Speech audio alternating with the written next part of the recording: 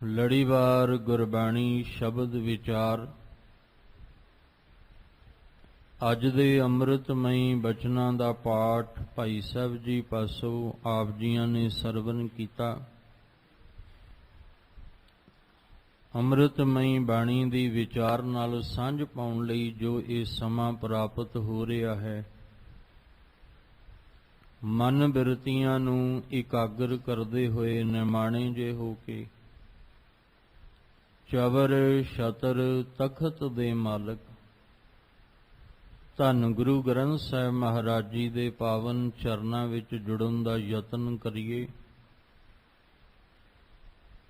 ਭੱਟ ਸਾਹਿਬਾਨ ਗੁਰੂ ਪਾਤਸ਼ਾਹ ਜੀ ਦੀ ਉਸਤਤ ਵਿੱਚ ਵਡਿਆਈ ਕਰਦਿਆਂ ਹੋਇਆਂ ਜੋ ਸਾਨੂੰ ਸੰਸਾਰੀ ਦੁਨਿਆਵੀ ਜੀਵਾਂ ਨੂੰ ਸਮਝਾਉਣਾ ਚਾਹੁੰਦੇ ਨੇ, ਇੱਕ ਮਨ ਇੱਕ ਚਿੱਤ ਹੋ ਕੇ ਸਮਝਣ ਦਾ ਯਤਨ ਕਰੀਏ ਜੀ। ਵਾਹਿਗੁਰੂ ਸਾਹਿਬ ਜੀ। ਸਵਈਏ ਮਹੱਲੇ ਪੰਜਵੇਂ ਕੇ ਇੱਕ ਓੰਕਾਰ ਸਤ ਗੁਰ ਪ੍ਰਸਾਦ।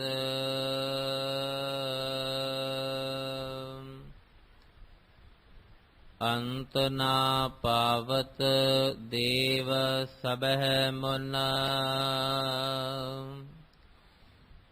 ਇੰਦਰ ਮਹਾ ਸ਼ਿਵ ਜੋਗ ਕਰੀ।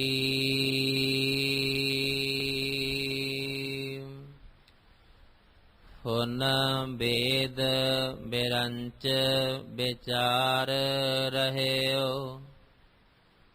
ਹਰ ਜਾਪ ਨਾ ਛਾਡਿਓ ਏਕ ਕਰੀ।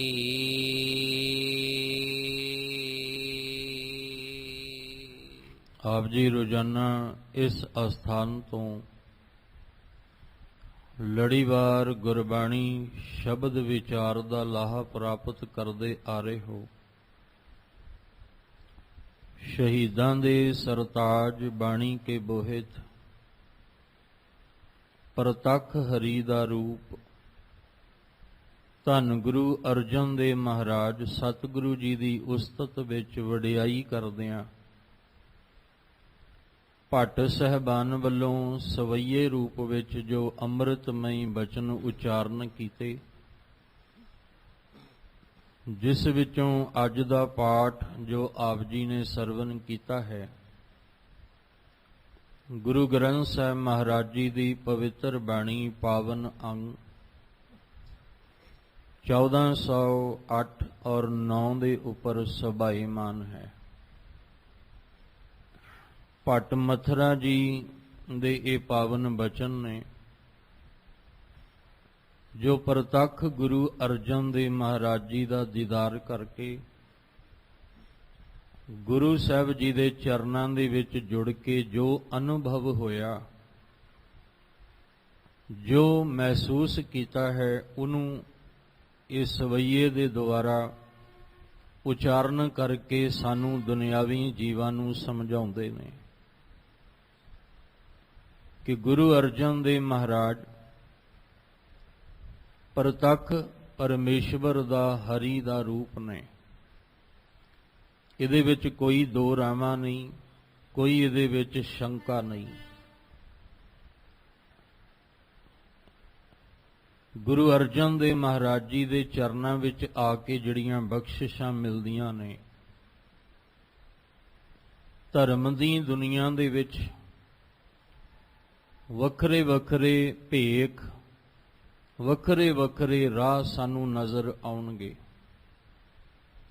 ਤੇ ਜਿਹੜੇ ਵੱਖਰੇ ਵੱਖਰੇ ਭੇਖ ਨੇ, ਇਹਨਾਂ ਦੇ ਵਿੱਚੋਂ ਵੱਖਰੇ ਵੱਖਰੇ ਰਾਹਾਂ ਤੇ ਚੱਲਣ ਵਾਲੇ ਜਿਹੜੇ ਨੇ, ਉਹਨਾਂ ਨੂੰ ਜਦੋਂ ਅਸੀਂ ਵੇਖਾਂਗੇ ਤੇ ਇੱਕ ਗੱਲ ਸਮਝ ਆਉਂਦੀ ਹੈ ਕਿ ਪਰਮੇਸ਼ਵਰ ਦਾ ਅੰਤ ਪਾਉਣਾ ਚਾਹੁੰਦੇ ਨੇ। ਔਰ ਗੁਰੂ ਸਾਹਿਬ ਜੀ ਦੇ ਚਰਨਾਂ ਵਿੱਚ ਆ ਕੇ ਜਦੋਂ ਜੁੜੇ ਤਾਂ ਸਤਿਗੁਰੂ ਜੀ ਨੇ ਸਭ ਤੋਂ ਪਹਿਲਾਂ ਗਿਆਨ ਹੀ ਇਹ ਦਿੱਤਾ ਕਿ ਉਸ ਮਾਲਕ ਦਾ ਅੰਤ ਪਾਇਆ ਹੀ ਨਹੀਂ ਜਾ ਸਕਦਾ। ਨਾ ਅੱਜ ਤੱਕ ਕਿਸੇ ਨੇ ਉਸ ਮਾਲਕ ਦਾ ਅੰਤ ਪਾਇਆ ਤੇ ਨਾ ਹੀ ਉਹਦਾ ਕੋਈ ਅੰਤ ਪਾ ਸਕਦਾ ਹੈ, ਕਿਉਂਕਿ ਉਹ ਬੇਅੰਤ ਹੈ, ਉਹ ਅਗੰਮ ਹੈ, ਅਗੋਚਰ ਹੈ, ਉਹ ਸਾਡੀ ਪਹੁੰਚ ਤੋਂ ਪਰੇ ਹੈ। ਅਸੀਂ ਆਪਣੀ ਅਕਲ ਨਾਲ, ਮਤ ਨਾਲ, ਸਿਆਣਪ ਨਾਲ, ਚਤੁਰਾਈ ਨਾਲ, ਚਲਾਕੀਆਂ ਨਾਲ ਜਿੰਨਾ ਮਰਜ਼ੀ ਯਤਨ ਕਰ ਲਈਏ, ਪਰ ਉਸ ਮਾਲਕ ਦਾ ਅੰਤ ਨਹੀਂ ਪਾਇਆ ਜਾ ਸਕਦਾ। ਜਿਨ੍ਹਾਂ ਨੇ ਆਪਣੇ ਅੰਦਰ ਪ੍ਰੇਮਾ ਭਗਤੀ ਦਾ ਜਾਗ ਲਾਇਆ, ਔਰ ਜਿਹੜੇ ਆਪਣੇ ਆਪ ਨੂੰ ਭਗਤ ਜਿਹੜੇ ਅਖਾਉਂਦੇ ਨੇ, ਅੰਤ ਉਹਨਾਂ ਨੇ ਵੀ ਨਹੀਂ ਪਾਇਆ। ਔਰ ਗੁਰੂ ਸਾਹਿਬ ਜੀ ਅੰਮ੍ਰਿਤਮਈ ਬਾਣੀ ਵਿੱਚ ਵੀ ਸਾਨੂੰ ਇਹੀ ਸਮਝਾਉਂਦੇ ਕਿ ਉਹਦਾ ਅੰਤ ਜਿਹੜਾ ਉਹ ਪਾਇਆ ਹੀ ਨਹੀਂ ਜਾ ਸਕਦਾ। ਜਿੰਨਾ ਮਰਜ਼ੀ ਅਸੀਂ ਤੜਪ ਲਈਏ, ਜਿੰਨਾ ਮਰਜ਼ੀ ਅਸੀਂ ਸਰਚ ਕਰ ਲਈਏ, ਯਤਨ ਕਰ ਲਈਏ, ਅਭਿਆਸ ਕਰ ਲਈਏ, ਪਰ ਇੱਕ ਗੱਲ ਸੱਚ ਹੈ ਕਿ ਉਹਦਾ ਅੰਤ ਨਹੀਂ। ਅੰਤ ਕਾਰਨ ਕੇਤੇ ਬਿਲ ਲਾਹੇ, ਤਾਕੇ ਅੰਤ ਨਾ ਪਾਇਆ ਜਾਏ। ਇਹ ਅੰਤ ਨਾ ਜਾਣੈ ਕੋਏ, ਬਹੁਤਾ ਕਹੀਐ ਬਹੁਤਾ ਹੋਏ। ਕਬੀਰ ਸਾਹਿਬ ਜੀ ਨੇ ਪਾਵਨ ਸ਼ਲੋਕ, ਜਦੋਂ ਆਪਾਂ ਕਬੀਰ ਸਾਹਿਬ ਜੀ ਦੇ ਪੜ੍ਹਦੇ ਹਾਂ ਤੇ ਤਕਰੀਬਨ 81 ਨੰਬਰ ਸ਼ਲੋਕ ਜਿਹੜਾ ਹੈ, ਕਬੀਰ ਜੀ ਕਹਿੰਦੇ, ਕਬੀਰ ਸਾਤ ਸਮੁੰਦੈ ਮਸ ਕਰੋ, ਕਲਮ ਕਰੋ ਬਨ ਰਾਏ। ਜਿਹੜੇ ਇਹ ਆਮ 7 ਸਮੁੰਦਰ ਮੰਨੇ ਗਏ ਨੇ, ਉਹਨਾਂ ਵਿੱਚ ਜਿੰਨਾ ਵੀ ਪਾਣੀ ਭਰਿਆ ਹੋਇਆ, ਉਹ ਸਾਰੇ ਸਮੁੰਦਰਾਂ ਦੇ ਪਾਣੀ ਦੀ ਮੈਂ ਸ਼ਾਹੀ ਬਣਾ ਲਵਾਂ।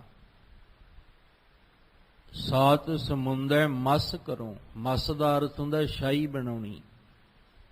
ਬਨ ਰਾਏ ਦਾ ਅਰਥ ਜਿੰਨਾ ਵੀ ਇਹ ਬਨ ਹੈ, ਬਨਸਪਤੀ ਹੈ, ਜਿੰਨੀ ਵੀ ਇਸ ਧਰਤੀ ਤੇ ਜਿੱਥੇ ਜਿੱਥੇ ਵੀ ਬਨਸਪਤੀ ਹੈ, ਉਹਨਾਂ ਸਾਰਿਆਂ ਨੂੰ ਘੜ ਘੜ ਕੇ ਮੈਂ ਕਲਮਾਂ ਬਣਾ ਲਵਾਂ। ਬਸੁਦਾ ਕਾਗਦ ਜਾਓ ਕਰੋ, ਬਸੁਦਾ ਕਹਿੰਦੇ ਇਸ ਧਰਤੀ ਨੂੰ, ਔਰ ਜਿੰਨੀ ਇਹ ਧਰਤੀ ਹੈ, ਇਸ ਧਰਤੀ ਦਾ ਮੈਂ ਕਾਗਜ਼ ਬਣਾ ਦਿਆਂ। ਜਿੰਨੀ ਬਨਸਪਤੀ ਹੈ ਉਹਦੀਆਂ ਕਲਮਾਂ ਬਣਾ ਲਾਂ, ਜਿੰਨਾ ਸਮੁੰਦਰ ਜਿੰਨੇ ਵੀ ਨੇ ਉਹਦੇ ਵਿੱਚ ਜਿੰਨਾ ਵੀ ਪਾਣੀ ਹੈ ਉਹਦੀ ਸ਼ਾਹੀ ਬਣਾ ਦਿਆਂ। ਹਰ ਜਸ ਲਿਖਣ ਨਾ ਜਾਏ, ਪਰ ਫਿਰ ਵੀ ਉਹਦਾ ਜਸ ਲਿਖਦਿਆਂ ਲਿਖਦਿਆਂ ਇਹ ਨਹੀਂ ਕਿਹਾ ਜਾ ਸਕਦਾ ਵੀ ਉਹਦਾ ਅੰਤ ਹੋ ਗਿਆ। ਹਾਂ, ਜਿਹੜੀ ਸ਼ਾਹੀ ਤਿਆਰ ਕੀਤੀ ਸੀ 7 ਸਮੁੰਦਰਾਂ ਦੀ, ਉਹਦਾ ਅੰਤ ਤੇ ਹੋ ਗਿਆ।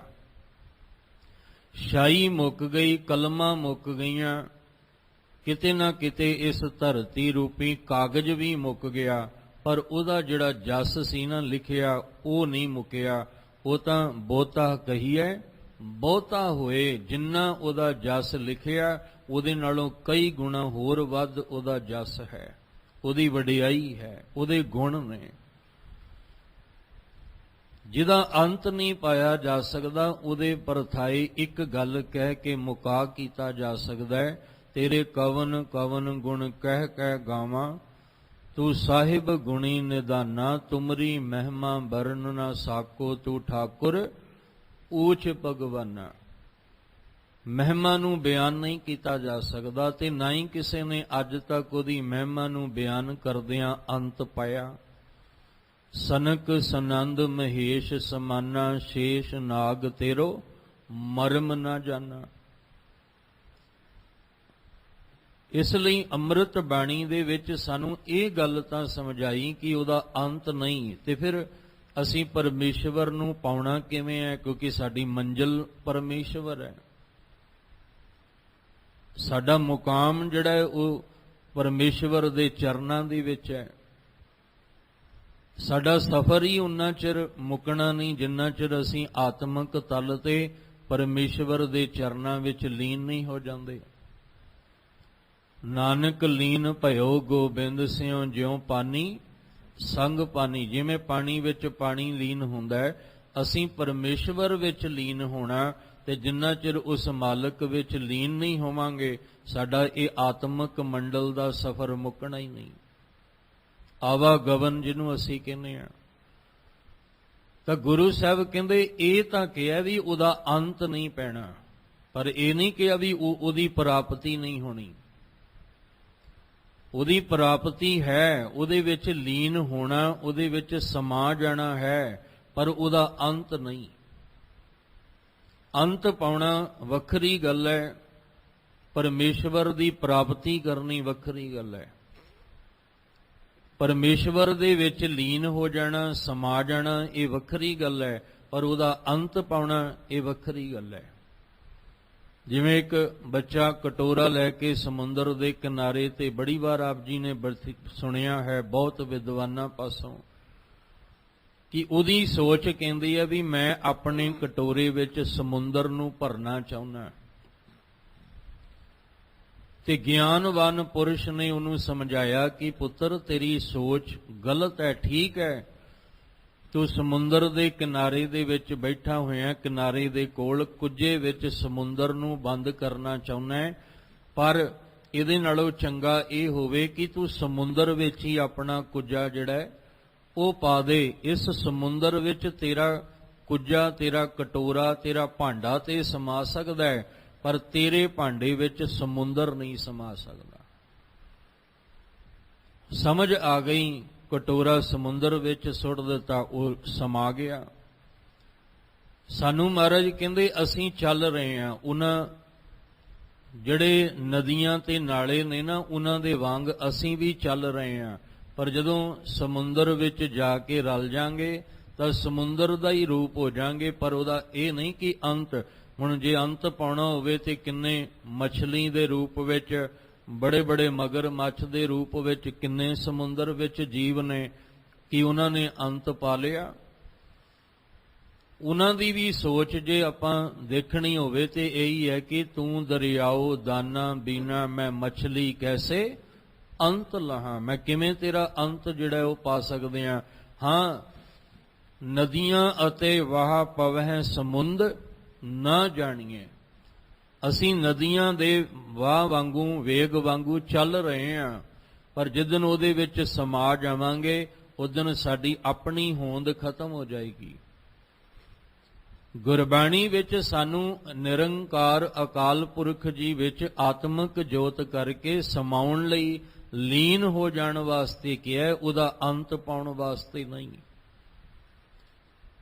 ਜਿੱਥੇ ਕਬੀਰ ਜੀ ਨੇ ਪਾਵਨ ਸ਼ਲੋਕ ਦੇ ਰਾਹੀਂ ਸਮਝਾਉਣ ਦਾ ਯਤਨ ਕੀਤਾ, ਗੁਰੂ ਨਾਨਕ ਸਾਹਿਬ ਜੀ ਜਪਜੀ ਸਾਹਿਬ ਜੀ ਦੀ ਬਾਣੀ ਵਿੱਚ ਸਮਝਾਉਣ ਦਾ ਯਤਨ ਕਰ ਰਹੇ ਨੇ।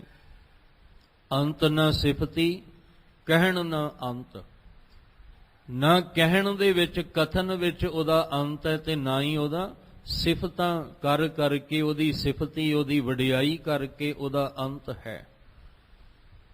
ਕਥਨਾ ਕਥੀ ਨ ਆਵੈ ਟੋਟ, ਕਥ ਕਥ ਕਥੀ ਕੋਟੀ ਕੋਟ ਕੋਟ। ਕਹਿੰਦੇ ਕਥਨ ਵਿੱਚ, ਉਹ ਕਥਨ ਵਿੱਚ ਉਹਦਾ ਅੰਤ ਹੀ ਨਹੀਂ, ਭਾਵੇਂ ਇੱਕ ਵਾਰ ਨਹੀਂ, ਕਰੋੜਾਂ ਕਰੋੜਾਂ ਕਰੋੜਾਂ ਵਾਰ ਵੀ ਉਹਦੀ ਉਸਤਤ ਵਿੱਚ ਉਹਦੇ ਗੁਣ ਗਾਉਂਦਿਆਂ ਕਥਨ ਕਰ ਲਓ, ਪਰ ਉਹਦਾ ਅੰਤ ਨਹੀਂ ਪਾਇਆ ਜਾ ਸਕਦਾ।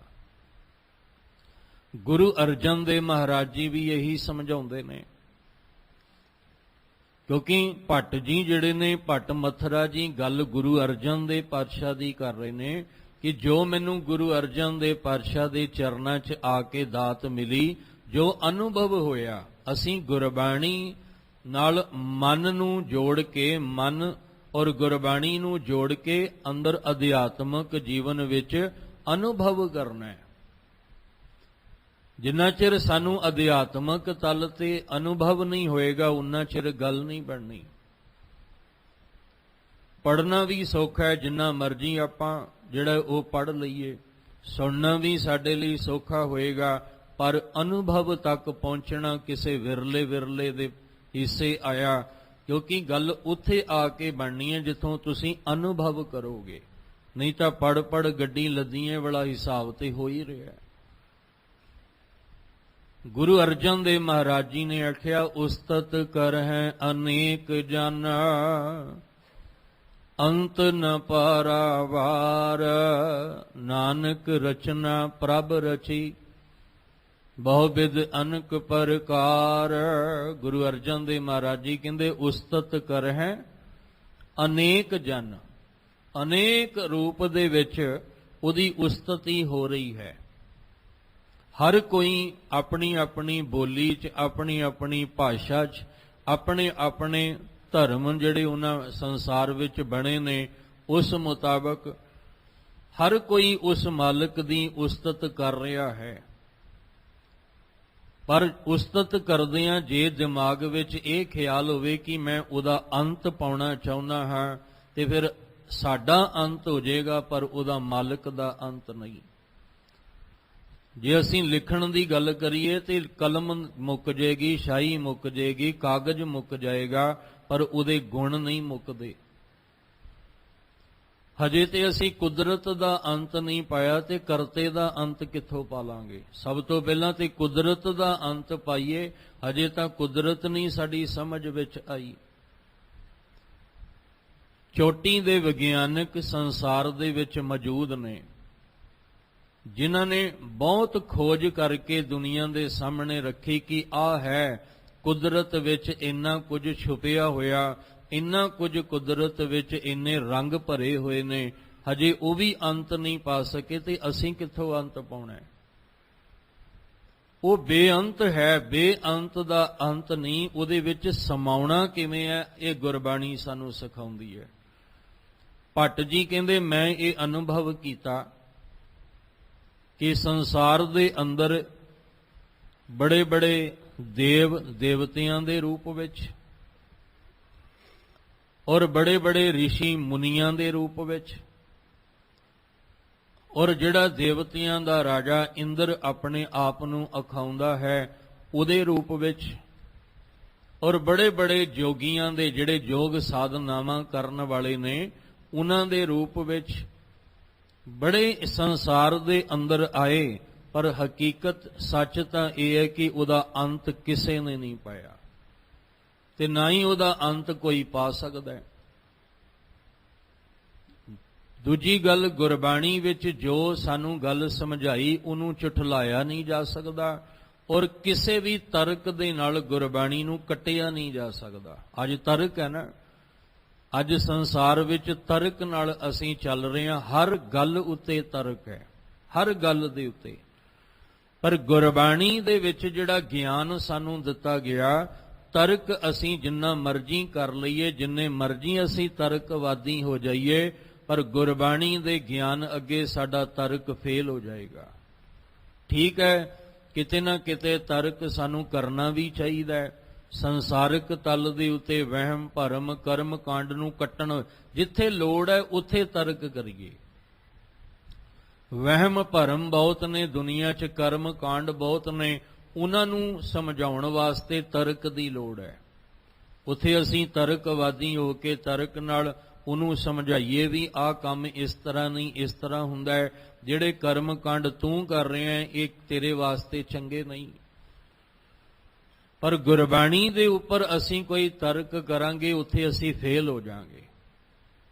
ਪਿਛਲੇ ਦਿਨੀ ਇੱਕ ਗੱਲ ਆਪ ਜੀ ਨਾਲ ਸਾਂਝੀ ਕੀਤੀ ਸੀ ਕਿ ਕਬੀਰ ਜੀ ਨੇ ਇੱਕ ਉਦਾਹਰਨ ਦਿੱਤੀ। ਚਲੋ ਬਹੁਤ ਨੇ ਉਦਾਹਰਨਾਂ ਗੁਰਬਾਣੀ ਵਿੱਚ, ਸਿਰਫ ਇੱਕ ਉਦਾਹਰਨ ਹੀ ਆਪਾਂ ਲੈ ਕੇ ਚੱਲੀਏ ਤੇ ਦੁਨੀਆ ਦੇ ਚੋਟੀ ਦੇ ਵਿਗਿਆਨਕ ਕੋਲ, ਜਿੰਨੇ ਵੀ ਸੰਸਾਰ ਵਿੱਚ ਚੋਟੀ ਦੇ ਵਿਗਿਆਨਕ ਨੇ, ਉਹਨਾਂ ਦੇ ਕੋਲ ਜਾ ਕੇ ਤੁਸੀਂ ਇਹ ਕਹੋ ਕਿ ਜਿਹੜਾ ਫਲ ਡਾਲੀ ਨਾਲੋਂ ਟੁੱਟ ਜਾਂਦਾ ਹੈ ਉਹਨੂੰ ਕਿਵੇਂ ਡਾਲੀ ਨਾਲ ਜੋੜਿਆ ਜਾ ਸਕਦਾ ਹੈ।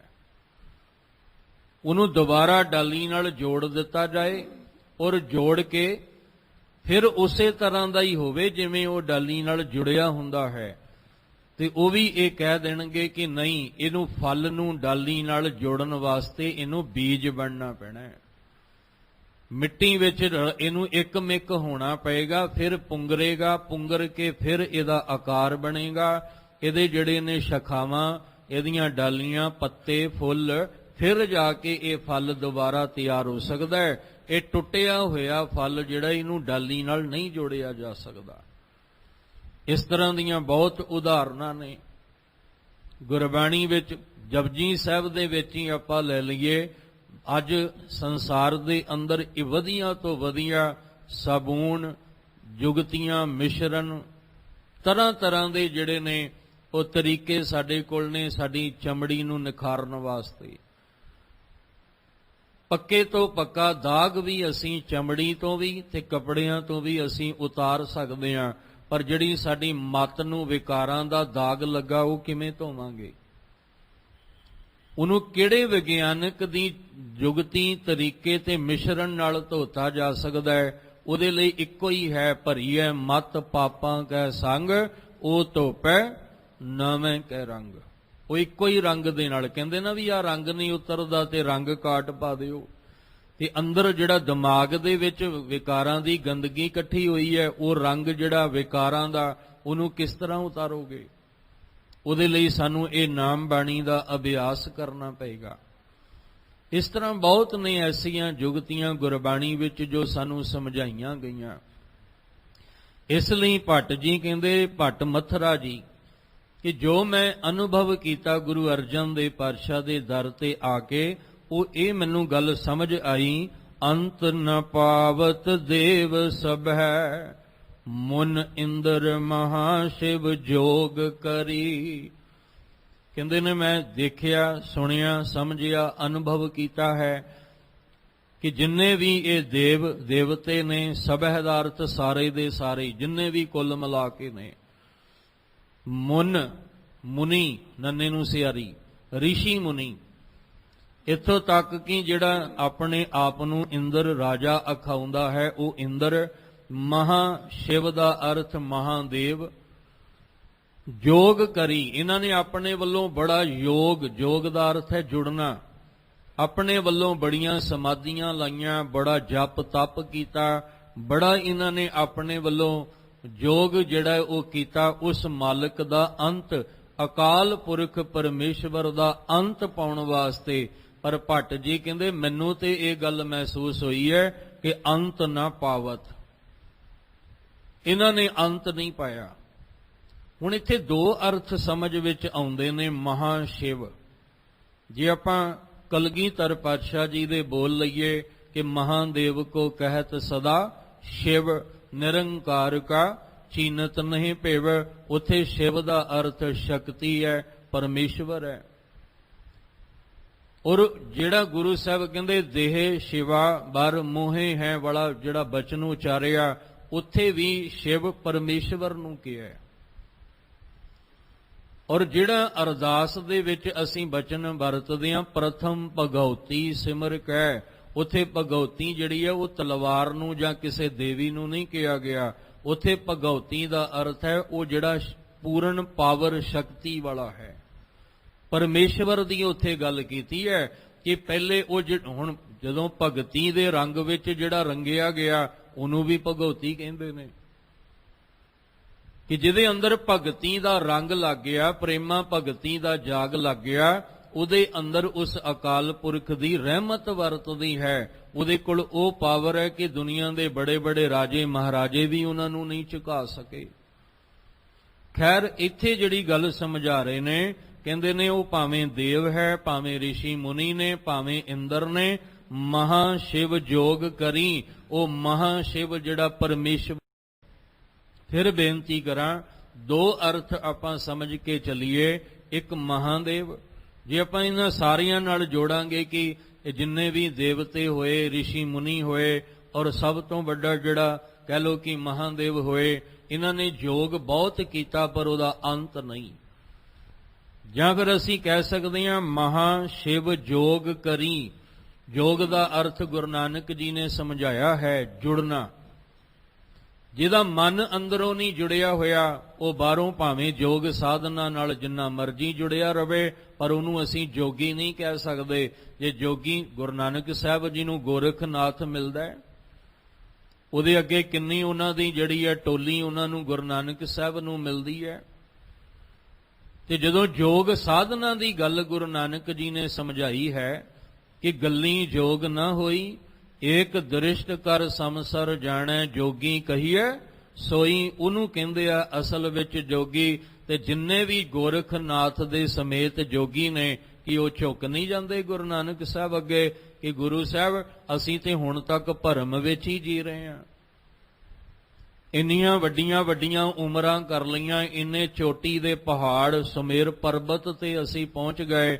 ਅਸੀਂ ਧਰਤੀ ਤੋਂ ਵੀ ਆਪਣਾ ਨਾਤਾ ਤੋੜ ਕੇ, ਗ੍ਰਸਤ ਤੋਂ ਵੀ ਨਾਤਾ ਤੋੜ ਕੇ ਅਸੀਂ ਜਾ ਕੇ ਪਹਾੜ ਦੀ ਚੋਟੀ ਤੇ ਬੈਠ ਗਏ। ਪਰ ਅੱਜ ਸਮਝ ਵਿੱਚ ਆਈ ਕਿ ਜੋਗ ਕੀ ਹੁੰਦਾ ਹੈ। ਅੱਜ ਸਮਝ ਵਿੱਚ ਆਈ ਅਸੀਂ ਤਨ ਦੇ ਜੋਗੀ ਬਣੇ ਰਹਿ ਗਏ। ਅੱਜ ਜੋਗੀ ਜਿਹੜਾ ਮਿਲਿਆ ਮਨ ਦਾ ਮਿਲਿਆ, ਤੇ ਮਨ ਦੇ ਜੋਗੀ ਨੇ ਮਨ ਦੀ ਗੱਲ ਕਰਨੀ ਹੈ, ਤਨ ਦੇ ਜੋਗੀ ਨੇ ਤਨ ਦੀ ਗੱਲ ਕਰਨੀ ਹੈ। ਤਨ ਦਾ ਜੋਗੀ ਕਹਿੰਦਾ ਹੈ ਕਿ ਭੂਤੀ ਮੱਲ ਲਓ, ਕੰਨਾਂ 'ਚ ਮੁੰਦਰਾਂ ਪਾ ਲਓ, ਹੱਥ 'ਚ ਕਰਮੰਡਲ ਪਕੜ ਲਓ, ਤੇ ਕਹਿਣ ਲੱਗੇ ਆ ਜਿਹੜੀ ਇੱਕ ਝੋਲੀ ਜਿਹੜੀ ਆ ਉਹ ਨਾਲ ਲੈ ਲਓ ਤੇ ਮੰਗਣ ਵਾਸਤੇ ਤੁਰ ਪਾਓ। ਜੋ ਮੰਗ ਕੇ ਲਿਆਂਦਾ ਉਹਨੂੰ ਫਿਰ ਇੱਥੇ ਵਰਤਾ ਦਿਓ ਸਾਰਿਆਂ ਦੇ ਵਿੱਚ। ਇੱਕ ਪਾਸੇ ਗ੍ਰਸਤ ਨੂੰ ਨਿੰਦੋ ਤੇ ਦੂਜੇ ਪਾਸੇ ਗ੍ਰਸਤੀਆਂ ਦੇ ਦਰਵਾਜ਼ੇ ਤੇ ਜਾ ਕੇ ਮੰਗੋ। ਇਹ ਬਾਹਰ ਦਾ ਜੋਗੀ ਕਹਿੰਦਾ ਹੈ। ਗੁਰੂ ਨਾਨਕ ਸਾਹਿਬ ਕਹਿੰਦੇ ਨੇ ਤੇਰੇ ਮੇਰੇ ਵਿੱਚ ਫਰਕ ਇਹ ਹੈ ਕਿ ਮੈਂ ਮਨ ਕਰਕੇ ਮੁੰਦਾ ਸੰਤੋਖ, ਸਰਮ ਬਦ ਝੋਲੀ ਧਿਆਨ ਕੀ ਕਰੈ ਪੈ ਭੂਤ। ਔਰ ਜਿਹੜਾ ਤੁਸੀਂ ਬਾਹਰੋਂ ਮੰਗਦੇ ਹੋ, ਮੈਂ ਤੇ ਇੱਕੋ ਹੀ ਦਰ ਦਾ ਮੰਗਤਾ ਹਾਂ, ਅਕਾਲ ਪੁਰਖ ਪਰਮੇਸ਼ਵਰ ਦੇ ਘਰ ਦਾ। ਭੁਗਤ ਗਿਆਨ ਦਇਆ ਭੰਡਾਰਨ ਘਟ ਘਟ ਵਾਜਹਿ ਨਾਥ। ਸਾਨੂੰ ਜਪਜੀ ਸਾਹਿਬ ਦੇ ਬਾਣੀ ਵਿੱਚ ਸਭ ਗੱਲਾਂ ਕਲੀਅਰ ਕੀਤੀਆਂ। ਇਸ ਲਈ ਕਹਿ ਰਹੇ ਨੇ ਕਿ ਉਹ ਜਿਹੜਾ ਮਹਾ ਸ਼ਿਵ ਹੈ, ਅਕਾਲ ਪੁਰਖ ਪਰਮੇਸ਼ਵਰ, ਜੋਗ ਕਰੀ, ਉਹਦੇ ਨਾਲ ਜੋਗ, ਉਹਦੇ ਨਾਲ ਜੁੜ ਕੇ ਅੰਤ ਪਾਉਣਾ ਚਾਹੁੰਦੇ ਸਨ। ਇਹ ਦੇਵੀ ਦੇਵਤੇ ਰਿਸ਼ੀ ਮੁਨੀ ਜਿੰਨੇ ਵੀ ਨੇ, ਜਿੰਨੇ ਜੋਗ ਸਾਧਨਾਵਾਂ ਕਰਨ ਵਾਲੇ ਨੇ, ਪਰ ਅੰਤ ਨਾ ਪਾਵਤ।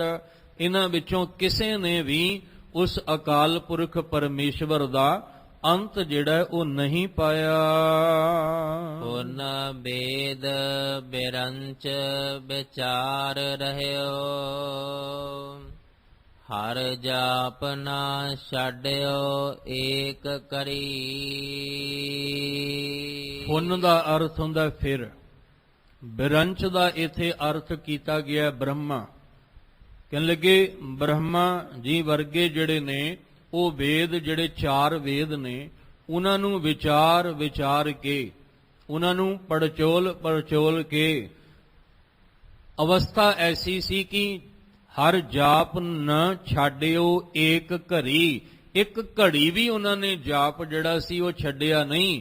ਬਸ ਹਰ ਵੇਲੇ ਜਿਹੜਾ ਉਹ ਜਾਪ। ਇੱਥੇ ਇੱਕ ਹੋਰ ਗੱਲ ਕਲੀਅਰ ਕਰਕੇ ਚੱਲੀਏ, ਕਿਉਂਕਿ ਜਪਣਾ ਤੇ ਸਾਡਾ ਵੀ ਹੈ।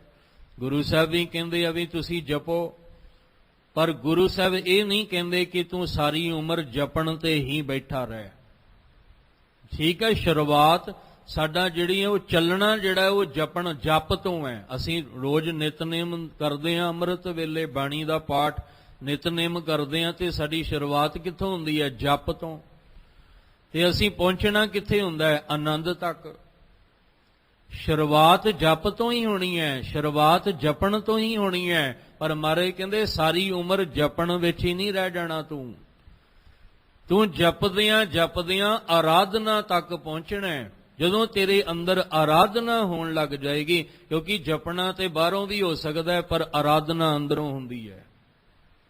ਜਿੱਥੇ ਜਪਣਾ ਹੋਵੇ ਉੱਥੇ ਸਰੀਰ ਵੀ ਨਾਲ ਹੁੰਦਾ ਹੈ, ਅੱਖਾਂ, ਕੰਨ, ਰਸਨਾ। ਪਰ ਜਿੱਥੇ ਆਰਾਧਨਾ ਹੋਏਗੀ ਉੱਥੇ ਸਰੀਰ ਦਾ ਮੋਹ ਤਿਆਗਿਆ ਜਾਏਗਾ, ਉੱਥੇ ਸਰੀਰ ਨਾਲ ਅਟੈਚਮੈਂਟ ਨਹੀਂ ਹੋਏਗੀ, ਉੱਥੇ ਮਨ ਤੇ ਅੰਦਰ ਦੀ ਰੂਹ ਨਾਲ ਜੁੜਨਾ ਹੋਏਗਾ। ਤਾਂ ਹੀ ਮਹਾਰਾਜ ਨੇ ਕਿਹਾ ਸੀ ਜਪਣਾ ਕੁਝ ਸਮੇਂ ਦਾ ਹੋ ਸਕਦਾ ਹੈ, ਪਰ ਆਰਾਧਨਾ ਕੀ ਹੈ? ਦਿਨ ਰਾਤੀ ਆਰਾਧ ਹੋ ਪਿਆਰੋ, ਨਿਮਖ ਨ ਕੀਜੇ ਢੀਲਾ। ਜਿਸ ਦਿਨ ਤੂੰ ਆਰਾਧਨਾ ਸ਼ੁਰੂ ਕਰ ਦੇਗਾ ਨਾ, ਉਸ ਦਿਨ ਤੂੰ ਨਿਰੰਕਾਰ ਦੇ ਚਰਨਾਂ ਵਿੱਚ ਲੀਨ ਹੋ ਜਾਏਗਾ। ਤੇ ਜੇ ਜਪਦਾ ਰਿਹਾ ਤੇ ਫਿਰ ਉਹਦਾ ਹੰਕਾਰ ਵੀ ਤੈਨੂੰ ਆਏਗਾ। ਆ ਗਿਣਤੀਆਂ ਕਰਨ ਵਾਲੇ ਦੱਸਦੇ ਨੇ ਨਾ, ਮੈਂ ਇੰਨਾ ਜਾਪ ਕਰ ਲਿਆ, ਮੈਂ ਇੰਨਾ ਜਪ ਲਿਆ, ਮੈਂ ਇੰਨੀ ਵਾਰ ਜਪ ਲਿਆ, ਇੰਨੀ ਵਾਰ ਜਾਪ ਕਰ ਲਿਆ। ਉਹ ਤੇ ਫਿਰ ਅਸੀਂ ਹਜੇ ਗਿਣਤੀ 'ਚ ਹੀ ਪਏ ਹੋਏ ਆ। ਪਰ ਜਿਹੜੀ ਆਰਾਧਨਾ ਹੁੰਦੀ ਹੈ ਇਹ ਗਿਣਤੀ ਮਿਣਤੀ ਵਿੱਚ ਨਹੀਂ ਹੁੰਦੀ। ਇਹ ਤੇ ਦਿਨ ਰਾਤ ਅੰਦਰ ਬਿਨਾਂ ਕਿਸੇ ਢਿੱਲ ਦੇ ਅੰਦਰ ਆਰਾਧਨਾ ਉਸ ਮਾਲਕ ਦੇ ਨਾਮ ਦੇ ਨਾਲ ਜੁੜਨਾ ਹੁੰਦਾ। ਇਸ ਲਈ ਭੱਟ ਜੀ ਕਹਿੰਦੇ ਆ ਜਿਹੜੇ ਬ੍ਰਹਮਾ ਵੇਦ ਨੂੰ ਵਿਚਾਰ ਵਿਚਾਰ ਕੇ ਹਰ ਜਾਪ ਨਾ ਛੱਡਿਓ। ਇੱਕ ਘੜੀ ਵੀ ਜਿਹੜਾ ਸੀ ਉਹ ਜਾਪ ਨਹੀਂ ਛੱਡਿਆ, ਪਰ ਸੱਚ ਕੀ ਹੈ, ਅੰਤ ਨਾ ਪਾਵਤ। ਫਿਰ ਵੀ ਉਹਨਾਂ ਨੇ ਅੰਤ ਜਿਹੜਾ ਸੀ ਉਸ ਅਕਾਲ ਪੁਰਖ ਪਰਮੇਸ਼ਵਰ ਦਾ ਨਹੀਂ ਪਾਇਆ।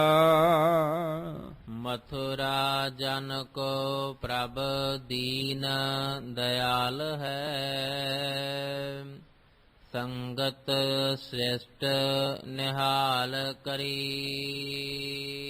ਮਥੁਰਾ ਜੀ ਭੱਟ ਕਹਿ ਰਹੇ ਨੇ ਕਿ ਗੁਰੂ ਅਰਜਨ ਦੇਵ ਮਹਾਰਾਜ ਜੀ, ਤੁਹਾਡੇ ਚਰਨਾਂ ਦੇ ਵਿੱਚ ਜਿੰਨੀ ਵੀ ਸੰਗਤ ਆਉਂਦੀ ਹੈ, ਇਸ ਸ੍ਰਿਸ਼ਟੀ ਤੇ ਰਹਿਣ ਵਾਲੀ ਜਿੰਨੀ ਵੀ ਸੰਗਤ ਤੁਹਾਡੀ ਸੰਗਤ ਵਿੱਚ ਆਉਂਦੀ ਹੈ, ਉਹਨਾਂ ਨੂੰ ਤੁਸੀਂ ਨਾਨਕ ਨਦਰੀ ਨਦਰ ਨਿਹਾਲ ਕਰ ਦਿੰਦੇ ਹੋ। ਆਪਣੀ ਰਹਿਮਤ ਭਰੀ ਨਜ਼ਰ ਨਾਲ ਉਹਨਾਂ ਉਤੇ ਬਖਸ਼ਿਸ਼ ਕਿਰਪਾ ਵਰਤਾ ਕੇ ਉਹਨਾਂ ਨੂੰ ਤੁਸੀਂ ਸਦਾ ਲਈ ਨਿਹਾਲ ਕਰ ਦਿੰਦੇ ਹੋ। ਭਾਵ ਗੁਰੂ ਸਾਹਿਬ ਆਪਣੇ ਸਿੱਖਾਂ ਨੂੰ ਇਹ ਸਿੱਖਿਆ ਨਹੀਂ ਦਿੰਦੇ ਕਿ ਤੁਸੀਂ ਗੁਰਬਾਣੀ ਦਾ ਜਾਪ ਕਰੋ ਉਸ ਮਾਲਕ ਦਾ ਅੰਤ ਪਾਉਣ ਵਾਸਤੇ, ਕਿ ਕਿਤੇ ਉਸ ਮਾਲਕ ਦਾ ਅੰਤ ਜਿਹੜਾ ਪਾਓ। ਨਹੀਂ, ਮਹਾਰਾਜ ਕਹਿੰਦੇ ਤੂੰ ਜਦੋਂ ਵੀ ਬਾਣੀ ਦਾ ਪਾਠ ਸ਼ੁਰੂ ਕਰੇਗਾ ਤੇ ਸ਼ੁਰੂ ਵਿੱਚ ਤੂੰ ਇਹ ਸੋਚ ਕੇ ਭਾਵਨਾ ਨਾਲ ਵਿਚਾਰ ਕੇ ਚੱਲੀ ਕਿ ਬਲਹਾਰੀ ਕੁਦਰਤ ਵਸਿਆ ਤੇਰਾ ਅੰਤ ਨਾ ਜਾਈ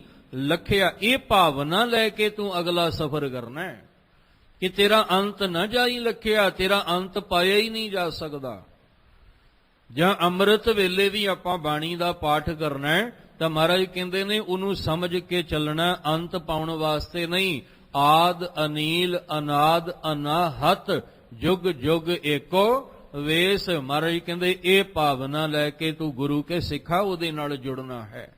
ਤੇ ਜੇ ਸ਼ਾਮਾਂ ਨੂੰ ਅੰਮ੍ਰਿਤ ਬਾਣੀ ਦਾ ਅਭਿਆਸ ਕਰਨਾ ਫਿਰ ਤੂੰ ਕਹਿਣਾ ਬਲਹਾਰੀ ਕੁਦਰਤ ਵਸਿਆ ਤੇਰਾ ਅੰਤ ਨਾ ਜਾਈ ਲਖਿਆ। ਇਸ ਲਈ ਮਥੁਰਾ ਜੀ ਕਹਿੰਦੇ ਜੋ ਮੈਂ ਗੁਰੂ ਸਾਹਿਬ ਦੇ ਚਰਨਾਂ 'ਚ ਜੁੜ ਕੇ ਅਨੁਭਵ ਕੀਤਾ ਕਿ ਉਹ ਅੰਤ ਪਾਉਣ ਵਾਸਤੇ ਜਪਦੇ ਰਹੇ, ਇੱਕ ਘੜੀ ਵੀ ਉਹਨਾਂ ਨੇ ਜਾਪ ਨਹੀਂ ਛੱਡਿਆ ਪਰ ਅੰਤ ਫਿਰ ਨਹੀਂ ਪਾਇਆ। ਪਰ ਗੁਰੂ ਅਰਜਨ ਦੇਵ ਜੀ ਪਾਤਸ਼ਾਹ ਦੇ ਦਰ ਤੇ ਆਇਆ ਤੇ ਪਹਿਲੀ ਗੱਲ ਤੇ ਇਹ ਪਤਾ ਲੱਗੀ ਵੀ ਉਹ ਆਪ ਹੀ ਨਿਰੰਕਾਰੀ ਗੁਰੂ ਅਰਜਨ ਦੇਵ ਪਾਤਸ਼ਾਹ ਦਾ ਰੂਪ ਹੈ। ਤੇ ਗੁਰੂ ਅਰਜਨ ਦੇਵ ਪਾਤਸ਼ਾਹ ਜਾਂ ਗੁਰੂ ਵਿੱਚ ਤੇ ਪਰਮੇਸ਼ਵਰ ਵਿੱਚ ਕੋਈ ਵੀ ਅੰਤਰ ਨਹੀਂ ਹੈ। ਗੁਰ ਪਰਮੇਸ਼ਰ ਏਕੋ ਜਾਨ। ਇਸ ਲਈ ਕਹਿੰਦੇ ਮਥੁਰਾ ਜਨ ਕੋ, ਮੈਂ ਜਿਹੜਾ ਜਨ ਬਣ ਕੇ ਮਥੁਰਾ ਦੇ ਰੂਪ ਵਿੱਚ ਆਇਆ ਤੇ ਜਦੋਂ ਗੁਰੂ ਚਰਨਾਂ 'ਚ ਜੁੜਿਆ ਤੇ ਮੈਨੂੰ ਪਤਾ ਲੱਗਾ ਪ੍ਰਭ ਦੀਨ ਦਇਆਲ ਹੈ। ਪ੍ਰਭੂ ਜਿਹੜਾ ਮੇਰਾ ਪ੍ਰਭੂ ਹੈ, ਜਿਹੜਾ ਮੇਰਾ ਮਾਰਗ ਦਰਸ਼ਨ ਕਰਾਉਣ ਵਾਲਾ ਹੈ, ਜਿਹੜਾ ਮੈਨੂੰ ਨਿਰੰਕਾਰ ਨਾਲ ਜੋੜਨ ਵਾਲਾ ਹੈ, ਉਹ ਦੀਨ ਦਇਆਲ, ਉਹ ਦੀਨਾਂ ਉੱਤੇ ਦਇਆ ਕਰਨ ਵਾਲਾ ਹੈ, ਉਹ ਦੀਨਾਂ ਉੱਤੇ ਆਪਣੀ ਮਿਹਰ ਕਰਨ ਵਾਲਾ ਹੈ। ਸੰਗਤ ਸ੍ਰੇਸ਼ਟ ਨਿਹਾਲ ਕਰੀ। ਗੁਰੂ ਅਰਜਨ ਦੇਵ ਮਹਾਰਾਜ, ਮੇਰੇ ਲਈ ਤਾਂ ਤੁਸੀਂ ਹੀ ਪ੍ਰਭੂ ਹੋ। ਤੁਹਾਡੇ ਚਰਨਾਂ ਦੇ ਵਿੱਚ ਮੈਂ ਜੁੜਿਆ ਤੇ ਪਤਾ ਲੱਗਾ ਕਿ ਜਿੰਨੀ ਵੀ ਤੁਹਾਡੀ ਸੰਗਤ ਵਿੱਚ ਆਉਣ ਵਾਲੇ ਜੀਵ ਨੇ, ਇਸ ਸ੍ਰਿਸ਼ਟੀ ਤੇ ਰਹਿਣ ਵਾਲੇ, ਉਹਨਾਂ ਸਾਰਿਆਂ ਨੂੰ ਤੁਸੀਂ ਅੰਮ੍ਰਿਤ ਬਾਣੀ ਦੇ ਨਾਲ ਜੋੜ ਕੇ ਉਹਨਾਂ ਸਾਰਿਆਂ ਨੂੰ ਨਿਹਾਲ ਕਰਨ ਵਾਲੇ ਤੁਸੀਂ ਹੋ। ਸ੍ਰਿਸ਼ਟੀ ਤੇ ਜਿੰਨੇ ਵੀ ਜੀਵ ਰਹਿਣ ਵਾਲੇ ਜਦੋਂ ਗੁਰੂ ਅਰਜਨ ਦੇਵ ਪਾਤਸ਼ਾਹ ਦੀ ਸੰਗਤ ਵਿੱਚ ਆਉਂਦੇ ਨੇ, ਦੀਨਾਂ ਉੱਤੇ ਦਇਆ ਕਰਨ ਵਾਲੇ ਸਤਿਗੁਰੂ ਉਹਨਾਂ ਨੂੰ ਸਦਾ ਲਈ ਨਿਹਾਲ ਕਰ ਦਿੰਦੇ ਹਨ।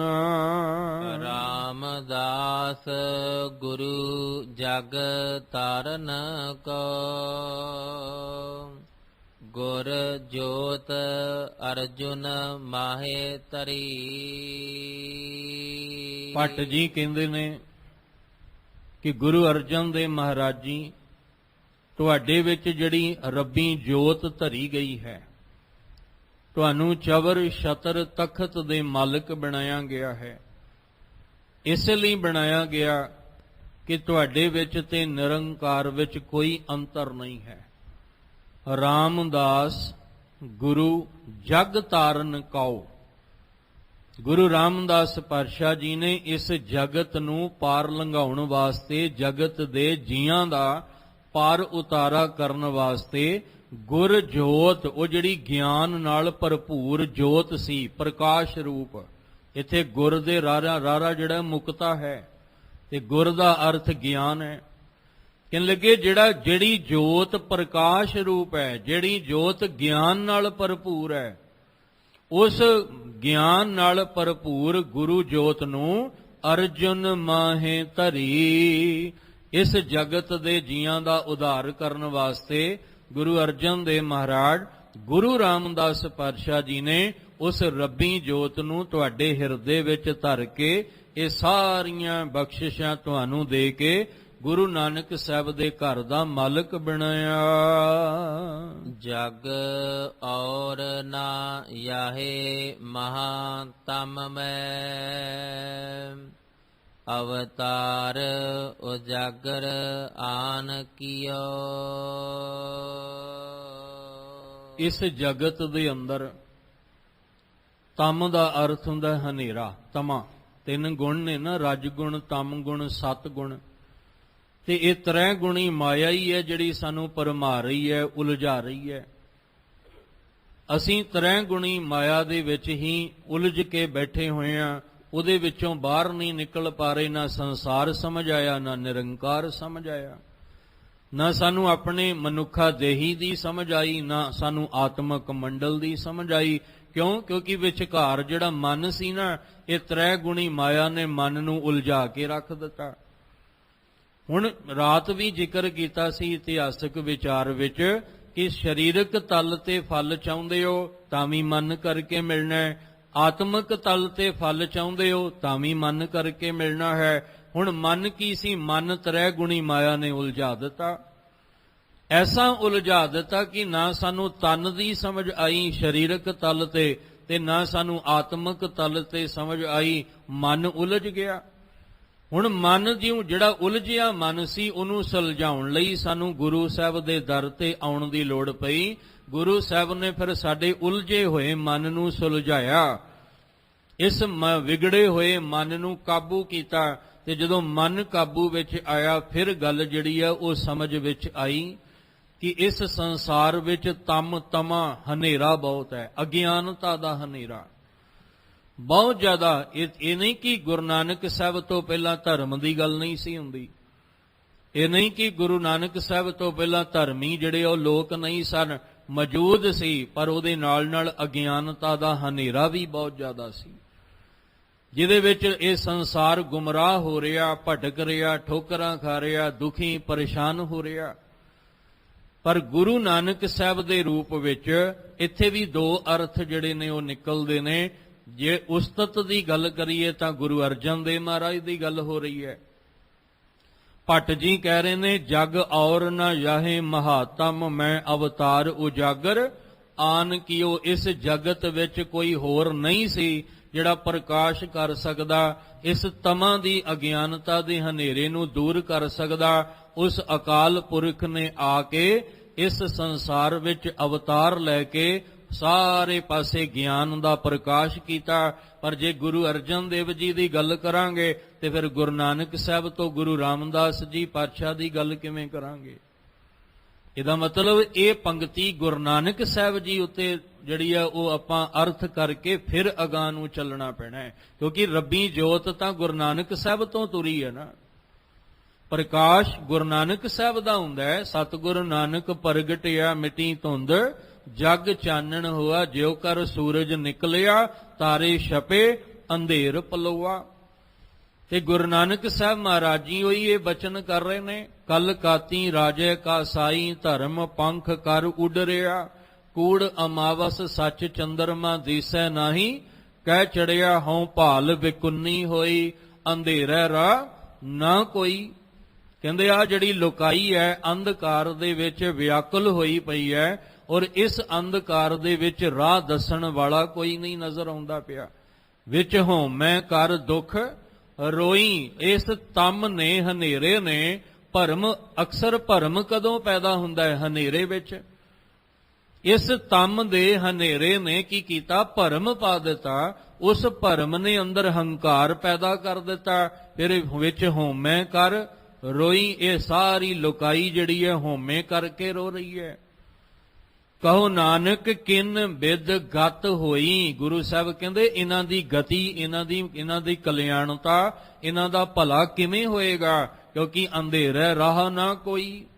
ਇੱਥੇ ਅੰਧੇਰੇ ਵਿੱਚ ਰਾਹ ਦੱਸਣ ਵਾਲਾ ਕੋਈ ਨਹੀਂ, ਇੱਥੇ ਪ੍ਰਕਾਸ਼ ਕਰਨ ਵਾਲਾ ਕੋਈ ਨਹੀਂ। ਕਿਉਂਕਿ ਜਿਹੜਾ ਤਮ ਦਾ ਹਨੇਰਾ ਹੈ ਨਾ, ਅਗਿਆਨਤਾ ਦਾ ਹਨੇਰਾ, ਉਹ ਤਾਂ ਸੂਰਜ ਦੀ ਰੋਸ਼ਨੀ ਵੀ ਦੂਰ ਨਹੀਂ ਕਰ ਪਾ ਰਹੀ। ਆ ਸੂਰਜ ਚੜ੍ਹਿਆ ਤੇ ਕਿੰਨੇ ਲੋਕ ਉੱਠ ਕੇ ਕਰਮ ਕਾਂਡ ਕਰਦੇ ਨੇ, ਉਹ ਹਨੇਰਾ ਹੀ ਹੈ ਉਹਨਾਂ ਦੇ ਸਾਹਮਣੇ। ਸੂਰਜ ਦੀ ਰੋਸ਼ਨੀ ਵਿੱਚ ਵੀ ਕਰਮ ਕਾਂਡ ਕਰ ਰਹੇ ਨੇ, ਉਹ ਅਗਿਆਨਤਾ ਦੇ ਹਨੇਰੇ ਦੇ ਵਸ ਹੋਏ। ਤਾਂ ਹੀ ਤੇ ਆਖਿਆ ਸੀ, ਜੇ ਸੋ ਚੰਦਾ ਉਗਵੇ ਸੂਰਜ ਚੜ੍ਹੇ ਹਜ਼ਾਰ, ਇਤੇ ਚਾਨਣ ਹੁੰਦਿਆਂ ਗੁਰ ਬਿਨ ਘੋਰ ਅੰਧਾਰ। ਗੁਰੂ ਨਾਨਕ ਸਾਹਿਬ ਜੀ ਨੇ ਇਹ ਪਾਵਨ ਬਚਨ ਉਚਾਰਨ ਕੀਤੇ। ਕਹੋ ਨਾਨਕ ਕਿਨ ਬਿਦ ਗਤ ਹੋਈ। ਕਿਵੇਂ ਇਹਨਾਂ ਦੀ ਗਤੀ ਹੋਏਗੀ? ਕਿਉਂਕਿ ਜਿਹੜੇ ਧਰਮੀ ਆਖਾਉਣ ਵਾਲੇ ਨੇ, ਉਹ ਆਪ ਹੀ ਧਰਮ ਦਾ ਉਜਾੜਾ ਕਰ ਰਹੇ ਨੇ। ਤਿੰਨ ਉਸ ਵੇਲੇ ਜਿਹੜੇ ਨੇ, ਕਹਿਣ ਲੱਗੇ ਬ੍ਰਾਹਮਣ ਜਿਹੜਾ ਹੈ ਉਹ ਜੋਗੀ ਹੈ ਔਰ ਕਾਜੀ ਹੈ, ਔਰ ਤਿੰਨ ਕੀ ਨੇ? ਤਿੰਨੇ ਉਜਾੜੇ ਕਾ ਬੰਦ ਜਿਹੜਾ ਬਣ ਕੇ ਉਜਾੜ ਰਹੇ ਨੇ। ਸੱਚ ਦੱਸਣਾ ਸੀ ਦੁਨੀਆ ਨੂੰ, ਪਰ ਆਪ ਹੀ ਝੂਠ ਦੇ ਰਾਹ ਤੇ ਤੁਰ ਰਹੇ ਨੇ। ਦੂਜੇ ਪਾਸੇ ਗੁਰੂ ਅੰਗਦ ਦੇਵ ਮਹਾਰਾਜ ਜੀ, ਗੁਰੂ ਸਾਹਿਬ ਜੀ ਕਹਿੰਦੇ ਨੇ, ਨਾਨਕ ਅੰਧਾ ਹੋਏ ਕੈ ਰਤਨਾ ਪਰਖਣ ਜਾਏ। ਧਿਆਨ ਰੱਖਿਓ, ਬਾਣੀ ਪੜਨ ਲੱਗਿਆਂ ਇਕੱਠਾ ਨਹੀਂ ਪੜਨਾ, ਨਾਨਕ ਜੀ ਨੂੰ ਵੱਖਰਾ ਕਰਕੇ ਪੜਨਾ। ਸੰਬੋਧਨ ਕਰ ਰਹੇ ਨੇ ਕਿ ਨਾਨਕ ਜੀ ਆ ਦੇਖੋ, ਦੁਨੀਆ ਦੇ ਵਿੱਚ ਅੰਧਾ ਹੋਏ ਕੈ ਰਤਨਾ ਪਰਖਣ ਜਾਏ।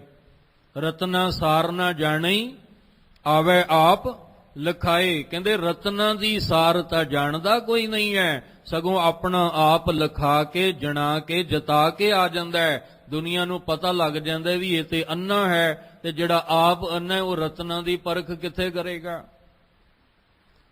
ਇੱਥੇ ਅੰਨਾ ਬਾਹਰੋਂ ਨਹੀਂ ਕਿਹਾ ਗਿਆ, ਮਾਫ ਕਰਨਾ। ਉਹ ਤੇ ਇੱਕ ਉਦਾਹਰਨ ਦੇ ਕੇ ਸਮਝਾਉਣ ਦਾ ਯਤਨ ਕੀਤਾ ਹੈ ਕਿ ਜਿਹੜਾ ਬਾਹਰੋਂ ਜਿਹਨੂੰ ਦਿਸਦਾ ਹੀ ਕੋਈ ਨਹੀਂ ਪਿਆ, ਉਹਨੂੰ ਹੀਰੇ ਮੋਤੀਆਂ ਦੀ ਪਰਖ ਕੀ ਹੋਏਗੀ?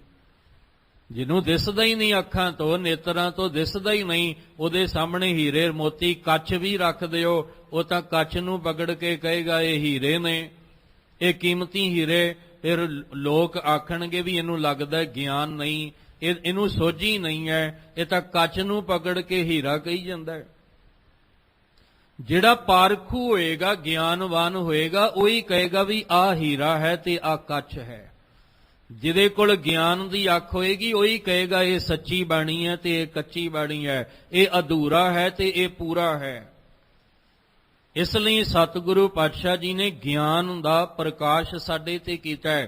ਪਰ ਜਦੋਂ ਸੰਸਾਰ ਵਿੱਚ ਗੁਰੂ ਨਾਨਕ ਸਾਹਿਬ ਜੀ ਦਾ ਆਉਣਾ ਹੋਇਆ, ਉਦੋਂ ਕੀ ਸੀ? ਕਲ ਕਾਤੀ ਰਾਜੇ ਕਾ ਸਾਈ, ਧਰਮ ਪੰਖ ਕਰ ਉੱਡ ਰਿਹਾ। ਕੂੜ ਅਮਾਵਸ ਸੱਚ ਚੰਦਰਮਾ ਦੀਸੈ ਨਹੀਂ ਕਹਿ ਚੜਿਆ। ਆਹ ਹਾਲਤ ਸੀ ਉਸ ਵੇਲੇ। ਇਹ ਪੰਕਤੀ ਆਪਾਂ ਇੱਥੇ ਅਰਥ ਕਰ ਸਕਦੇ ਹਾਂ ਕਿ ਜਦੋਂ ਚਾਰੇ ਪਾਸੇ ਅਗਿਆਨਤਾ ਦਾ ਹਨੇਰਾ ਸੀ। ਸੂਰਜ ਤਾਂ ਉਦੋਂ ਵੀ ਚੜ੍ਹਦਾ ਸੀ, ਚੰਦਰਮਾ ਦੀ ਚਾਨਣੀ ਤੇ ਉਦੋਂ ਵੀ ਸੀ, ਦੀਵੇ ਤਾਂ ਉਦੋਂ ਵੀ ਜਗਦੇ ਸਨ, ਮਸ਼ਾਲਾਂ ਤੇ ਉਦੋਂ ਵੀ ਜਗਦੀਆਂ ਸੀ, ਅੱਗ ਦੇ ਰਾਹੀਂ ਪ੍ਰਕਾਸ਼ ਤੇ ਉਦੋਂ ਵੀ ਹੁੰਦਾ ਸੀ। ਚਲੋ ਬਿਜਲੀ ਨਹੀਂ ਸੀ ਹੁੰਦੀ, ਪਰ ਦੀਵੇ ਤਾਂ ਜਗਦੇ ਹੀ ਸਨ। ਮਸ਼ਾਲ ਤਾਂ ਜਿਹੜੀ ਆ ਉਹ ਜਗਦੀ ਸੀ ਰੋਸ਼ਨੀ ਕਰਨ ਵਾਸਤੇ। ਉਦੋਂ ਹਜ਼ਾਰਾਂ ਦੀਵੇ ਜਗਦੇ ਹੋਣਗੇ ਤਾਂ ਵੀ ਹਨੇਰਾ ਸੀ, ਮਸ਼ਾਲਾਂ ਜਗਦੀਆਂ ਤਾਂ ਵੀ ਹਨੇਰਾ, ਸੂਰਜ ਦੀ ਰੋਸ਼ਨੀ ਵੀ ਸੀ ਤਾਂ ਵੀ ਹਨੇਰਾ। ਪਰ ਆਹ ਚਾਨਣ ਦੀ ਲੋੜ ਸੀ ਜਿਹੜਾ ਗੁਰੂ ਨਾਨਕ ਸਾਹਿਬ ਦੇ ਰੂਪ ਵਿੱਚ ਪ੍ਰਗਟ ਹੋਇਆ। ਇੱਕ ਦਿਨ ਅਰਥ ਕੀਤੇ ਸੀ, ਸਤ ਗੁਰ ਨਾਨਕ ਪ੍ਰਗਟਿਆ। ਨਾਨਕ ਜੀ ਦੇ ਰੂਪ ਵਿੱਚ ਸੱਚਾ ਗਿਆਨ ਪ੍ਰਗਟ ਹੋਇਆ। ਗਿਆਨ ਤੇ ਪਹਿਲਾਂ ਵੀ ਬਹੁਤ ਸੀ। ਸਤ ਗੁਰ ਦਾ ਅਰਥ ਕੀ ਕਰਾਂਗੇ? ਗੁਰ ਗਿਆਨ, ਸਤ ਸੱਚਾ। ਸੱਚਾ ਗਿਆਨ ਨਾਨਕ ਜੀ ਦੇ ਰੂਪ ਵਿੱਚ ਪ੍ਰਗਟ ਹੋਇਆ। ਤੇ ਜਦੋਂ ਸੱਚਾ ਗਿਆਨ ਪ੍ਰਗਟ ਹੋਇਆ ਤੇ ਜਿਹੜੀ ਵਿਕਾਰਾਂ ਦੀ ਮਿੱਟੀ ਧੁੰਦ ਸੀ ਉਹ ਹਟ ਗਈ। ਜਿਹੜਾ ਅਗਿਆਨਤਾ ਦਾ ਹਨੇਰਾ ਸੀ ਉਹ ਦੂਰ ਹੋ ਗਿਆ। ਗੁਰੂ ਨਾਨਕ ਸਾਹਿਬ ਜੀ ਨੇ ਸੱਚਾ ਗਿਆਨ ਹੀ ਵੰਡਿਆ ਨਾ ਦੁਨੀਆ ਦੇ ਵਿੱਚ। ਜਿੱਥੇ ਵੀ ਗਏ ਨੇ ਗਿਆਨ ਵੰਡਣ ਵਾਸਤੇ ਹੀ ਗਏ, ਅਗਿਆਨਤਾ ਦਾ ਹਨੇਰਾ ਕੱਟਣ ਵਾਸਤੇ ਹੀ ਗੁਰੂ ਨਾਨਕ ਸਾਹਿਬ ਗਏ। ਇਸ ਲਈ ਕਿਵੇਂ ਉਹ ਸੱਚਾ ਗਿਆਨ ਪ੍ਰਗਟ ਹੋਇਆ? ਤੇ ਭੱਟ ਜੀ ਕਹਿੰਦੇ ਨੇ, ਜਗ ਔਰ ਨ ਜਾਹੇ ਮਹਾਤਮ ਮੈਂ, ਮਹਾ ਤਮ ਵੱਖਰਾ। ਕਹਿੰਦੇ ਨੇ ਜਦੋਂ ਤਮ ਮਹਾਂ ਦਾ ਅਰਥ ਹੁੰਦਾ ਵੱਡਾ, ਬਹੁਤ ਵੱਡਾ ਅਗਿਆਨਤਾ ਦਾ ਹਨੇਰਾ ਛਾਇਆ ਹੋਇਆ ਸੀ। ਜਦੋਂ ਗੁਰੂ ਸਾਹਿਬ ਸੂਰਜ ਤੋਂ ਪਾਣੀ ਦੇਣ ਨੂੰ ਰੋਕਦੇ ਆ, ਉਹ ਤਮ ਹੀ ਹੈ। ਕਿੱਡਾ ਵੱਡਾ ਭੁਲੇਖਾ ਹਨੇਰਾ ਹੈ। ਜੇ ਗੁਰੂ ਸਾਹਿਬ ਸਮਝਾਉਂਦੇ ਨੇ ਕਿ ਤੁਸੀਂ ਆਪਣੇ ਪਿਤਰਾਂ ਦੇ ਨਾਮ, ਅਸੀਂ ਤੇ ਸਾਖੀਆਂ ਉਹ ਘੜ ਦਿੱਤੀਆਂ, ਐਸੀਆਂ ਬਣਾ ਦਿੱਤੀਆਂ ਕਿ ਗੁਰੂ ਨਾਨਕ ਸਾਹਿਬ ਆਪਣੇ ਪਿਤਾ ਦੇ ਨਾਮ ਤੇ ਸ਼ਰਾਧ ਕਰਦੇ। ਕਿਉਂ ਇਹ ਘੜੀਆਂ ਗਈਆਂ? ਤਾਂ ਕਿ ਅਸੀਂ ਵੀ ਉਹਨਾਂ ਮਗਰ ਲੱਗ ਕੇ ਆਪਣੇ ਪਿਤਰਾਂ ਦਾ ਸ਼ਰਾਧ ਕਰੀਏ। ਜਦ ਕਿ ਗੁਰਬਾਣੀ ਕਹਿ ਰਹੀ ਹੈ, ਜੀਵਤ ਪਿਤਰ ਨਾ ਮਾਨੇ ਕਉ ਮੂਏ ਸ਼ਰਾਧ ਕਰਾਈ। ਇਹ ਜਿੰਨੇ ਵੀ ਕਰਮ ਕਾਂਡ ਹੋ ਰਹੇ ਨੇ ਸੰਸਾਰ ਵਿੱਚ, ਇਹ ਮਹਾਤਮ, ਇਹ ਬਹੁਤ ਵੱਡਾ ਅਗਿਆਨਤਾ ਦਾ ਹਨੇਰਾ ਹੈ। ਕੋਈ ਪਸ਼ੂ ਨੂੰ ਪੂਜ ਰਿਹਾ, ਕੋਈ ਪੱਥਰ ਨੂੰ ਪੂਜ ਰਿਹਾ, ਕੋਈ ਮਿੱਟੀ ਨੂੰ, ਕੋਈ ਪਾਣੀ ਨੂੰ, ਕੋਈ ਦੇਹ ਨੂੰ, ਕੋਈ ਜਿਹੜਾ ਦਰਖਤ ਨੂੰ ਪੂਜ ਰਿਹਾ, ਕੋਈ ਕਿਸੇ ਪਾਸੇ, ਕੋਈ ਕਿਸੇ ਪਾਸੇ। ਇਹ ਜਿਹੜਾ ਬਹੁਤ ਵੱਡਾ ਮਹਾਤਮ, ਬਹੁਤ ਵੱਡਾ ਅਗਿਆਨਤਾ ਦਾ ਹਨੇਰਾ ਬਣਿਆ ਸੀ, ਜਿਹਦੇ ਵਿੱਚ ਕੋਈ ਨਜ਼ਰ ਨਹੀਂ ਸੀ ਆ ਰਿਹਾ ਕਿ ਇਸ ਅਗਿਆਨਤਾ ਦੇ ਹਨੇਰੇ ਨੂੰ ਕੱਟ ਸਕੇ। ਉਸ ਵੇਲੇ ਕੀ ਹੋਇਆ? ਉਸ ਵੇਲੇ ਭੱਟ ਜੀ ਕਹਿੰਦੇ, ਅਵਤਾਰ ਉਜਾਗਰ ਆਨ ਕੀਓ। ਨਾਨਕ ਜੀ ਦੇ ਰੂਪ ਵਿੱਚ ਫਿਰ ਅਵਤਾਰ ਲੈ ਕੇ ਇਸ ਧਰਤੀ ਦੇ ਉੱਤੇ ਉਜਾਗਰ ਕਰ ਦਿੱਤਾ, ਇਹ ਗਿਆਨ ਦਾ ਪ੍ਰਕਾਸ਼ ਕਰ ਦਿੱਤਾ, ਗਿਆਨ ਦੀ ਰੋਸ਼ਨੀ ਵਰਤਾ ਦਿੱਤੀ। ਔਰ ਇਹ ਉਹ ਗਿਆਨ ਸੀ, ਇਹ ਉਹ ਰੋਸ਼ਨੀ ਸੀ ਜਿਹੜਾ ਬਾਹਰ ਸੂਰਜ ਦੀ ਰੋਸ਼ਨੀ ਉਹਦਾ ਮੁਕਾਬਲਾ ਨਹੀਂ ਕਰ ਸਕਦੀ। ਇਸੇ ਲਈ ਆਖਿਆ ਸੀ, ਗੁਰ ਬਿਨ ਘੋਰ ਅੰਧਾਰ, ਗੁਰੂ ਬਿਨ ਸਮਝ ਨਾ ਆਵੇ। ਗੁਰੂ ਤੋਂ ਬਿਨਾ ਅੰਧਕਾਰ ਦੂਰ ਨਹੀਂ ਹੋਣਾ, ਤੇ ਗੁਰੂ ਦੇ ਗਿਆਨ ਤੋਂ ਬਿਨਾ ਖੇਡ ਸਮਝ ਵਿੱਚ ਨਹੀਂ ਆਉਣੀ। ਗਿਆਨ ਅੰਜਨ ਗੁਰ ਦੀਆ, ਅਗਿਆਨ ਅੰਧੇਰ ਵਿਨਾਸ਼। ਭੱਟ ਜੀ ਕਹਿੰਦੇ, ਗੁਰੂ ਅਰਜਨ ਦੇਵ ਮਹਾਰਾਜ, ਜੋ ਮੈਨੂੰ ਗੱਲ ਸਮਝ ਆਈ ਤੇ ਅਨੁਭਵ ਕਰ ਰਿਹਾ ਕਿ ਉਸ ਅਕਾਲ ਪੁਰਖ ਪਰਮੇਸ਼ਵਰ ਨੇ ਨਾਨਕ ਜੀ ਦੇ ਰੂਪ ਵਿੱਚ ਇਸ ਧਰਤੀ ਤੇ ਅਵਤਾਰ ਲੈ ਕੇ ਇਸ ਗਿਆਨ ਦਾ ਪ੍ਰਕਾਸ਼, ਗਿਆਨ ਦਾ ਚਾਨਣ ਜਿਹੜਾ ਉਹ ਹਰ ਇੱਕ ਦੇ ਮਨਾਂ ਉਤੇ ਕਰਨਾ ਕੀਤਾ। ਤਿਨ ਕੇ ਦੁਖ ਕੋਟਕ ਦੂਰ ਗਏ, ਮਥੁਰਾ ਜਿਨ ਅੰਮ੍ਰਿਤ ਨਾਮ ਪੀਓ। ਭੱਟ ਮਥੁਰਾ ਜੀ ਕਹਿੰਦੇ, ਜਿਨ੍ਹਾਂ ਨੇ ਸਤਿਗੁਰੂ ਦੇ ਚਰਨਾਂ ਦੇ ਵਿੱਚ ਆ ਕੇ, ਸਾਡੀ ਵੈਸੇ ਅਰਦਾਸ ਵੀ ਇਹੀ ਹੁੰਦੀ ਹੈ, ਸਤਿਗੁਰ ਆਇਓ ਸ਼ਰਨ ਤੁਹਾਰੀ, ਮਿਲੇ ਸੂਖ ਨਾਮ ਹਰ ਸ਼ੋਭਾ, ਚਿੰਤਾ ਲਾਹੇ ਹਮਾਰੀ। ਜਿਨ੍ਹਾਂ ਨੇ ਸਤਿਗੁਰੂ ਦੇ ਦਰ ਤੇ ਆ ਕੇ ਗਿਆਨ ਦਾ ਪ੍ਰਕਾਸ਼ ਆਪਣੇ ਮਨ ਦੇ ਵਿੱਚ ਕਰ ਲਿਆ, ਔਰ ਅੰਮ੍ਰਿਤ ਨਾਮ ਦਾ ਰਸ ਜਿਨ੍ਹਾਂ ਨੇ ਪੀਣਾ ਕੀਤਾ। ਗੁਰੂ ਸਾਹਿਬ ਕਹਿੰਦੇ, ਆ ਜਿਹੜਾ ਨਾਮ ਹੈ ਨਾ, ਸੱਚਾ ਨਾਮ, ਜਪ ਮਨ ਸਤ ਨਾਮ ਸਦਾ ਸਤ ਨਾਮ। ਸਾਹਿਬ ਕਹਿੰਦੇ, ਆ ਜਿਹੜਾ ਸੱਚਾ ਨਾਮ ਹੈ ਨਾ, ਇਸ ਨਾਮ ਦਾ ਇੰਨਾ ਅਭਿਆਸੀ ਬਣ ਜਾ ਕਿ ਜਦੋਂ ਨਾਮ ਦਾ ਅਭਿਆਸ ਕਰੇ ਤੈਨੂੰ ਏਦਾਂ ਲੱਗੇ ਜਿਵੇਂ ਮੈਂ ਅੰਮ੍ਰਿਤ ਦਾ ਰਸ ਪੀ ਰਿਹਾ ਹਾਂ। ਤੂੰ ਨਾਮ ਦਾ ਇੰਨਾ ਅਭਿਆਸੀ ਬਣ ਜਾ ਕਿ ਤੈਨੂੰ ਇਸ ਤਰ੍ਹਾਂ ਲੱਗੇ ਕਿ ਜਿਵੇਂ ਮੈਂ ਭੋਜਨ ਖਾਣਾ ਨਾ, ਭੁੱਖ ਲੱਗੀ ਹੈ ਤੇ ਭੋਜਨ ਖਾਣਾ ਤੇ ਮੇਰੀ ਭੁੱਖ ਮਿਟਦੀ ਹੈ, ਪਾਣੀ ਪੀਣਾ ਤੇ ਪਿਆਸ ਬੁਝਦੀ ਹੈ। ਇਸੇ ਤਰ੍ਹਾਂ ਅਨੁਭਵ ਕਰ ਕਿ ਜਦੋਂ ਮੈਂ ਗੁਰਬਾਣੀ ਦਾ ਜਾਪ ਕਰਦਾ ਤੇ ਮੇਰੇ ਮਨ ਦੀ ਭੁੱਖ ਮਿਟਦੀ ਹੈ, ਮੇਰੇ ਮਨ ਦੀ ਤ੍ਰਿਸ਼ਨਾ ਜਿਹੜੀ ਹੈ ਉਹ ਮੁੱਕਦੀ ਹੈ। ਪਰ ਕਦੋਂ? ਜਦੋਂ ਅੰਮ੍ਰਿਤ ਨਾਮ ਦਾ ਰਸ ਅਸੀਂ ਪੀਵਾਂਗੇ। ਇਹੀ ਕਾਰਨ ਸੀ ਕਿ ਜੇ ਸਿਰਫ ਜਪਦੇ ਰਹਿ ਗਏ ਨਾ, ਫਿਰ ਤਾਂ ਹੰਕਾਰ ਦੇ ਵਿੱਚ ਭਰ ਜਾਾਂਗੇ। ਮੈਂ ਇੰਨਾ ਜਪਿਆ, ਮੈਂ ਇੰਨਾ ਜਪਦਾ ਹਾਂ, ਮੈਂ ਇੰਨਾ ਜਾਪ ਕਰਦਾ ਹਾਂ, ਫਿਰ ਉਹ ਹੰਕਾਰ ਵਿੱਚ ਰਸ ਨਹੀਂ ਬਣਨਾ। ਇਹ ਤੇ ਜਪ ਤੋਂ ਆਰਾਧਨਾ ਤੱਕ ਪਹੁੰਚਣਾ ਪੈਣਾ ਹੈ। ਜਾਂ ਇੱਕ ਦਿਨ ਜ਼ਿਕਰ ਕੀਤਾ ਸੀ ਕਿ ਸਾਰੀ ਉਮਰ ਨੇਮ ਵਿੱਚ ਨਹੀਂ ਰਹਿਣਾ, ਨੇਮ ਤੋਂ ਪ੍ਰੇਮ ਤੱਕ ਦਾ ਸਫ਼ਰ ਹੈ। ਅਸੀਂ ਜਿਸ ਦਿਨ ਨੇਮ ਨਿਭਾਉਂਦੇ ਅੰਦਰ ਪ੍ਰੇਮ ਦਾ ਜਾਗ ਲਾ ਲਾਂਗੇ ਨਾ, ਤੇ ਜਿਸ ਦਿਨ ਪ੍ਰੇਮ ਦਾ ਜਾਗ ਲੱਗ ਗਿਆ ਉਸ ਦਿਨ ਅੰਮ੍ਰਿਤ ਰਸ ਪੀਣ ਵਾਸਤੇ ਮਿਲ ਜਾਏਗਾ। ਨਹੀਂ ਤੇ ਨੇਮ ਵਿੱਚ ਕਈ ਵਾਰੀ ਹੰਕਾਰ ਵੀ ਆ ਜਾਂਦਾ ਹੈ।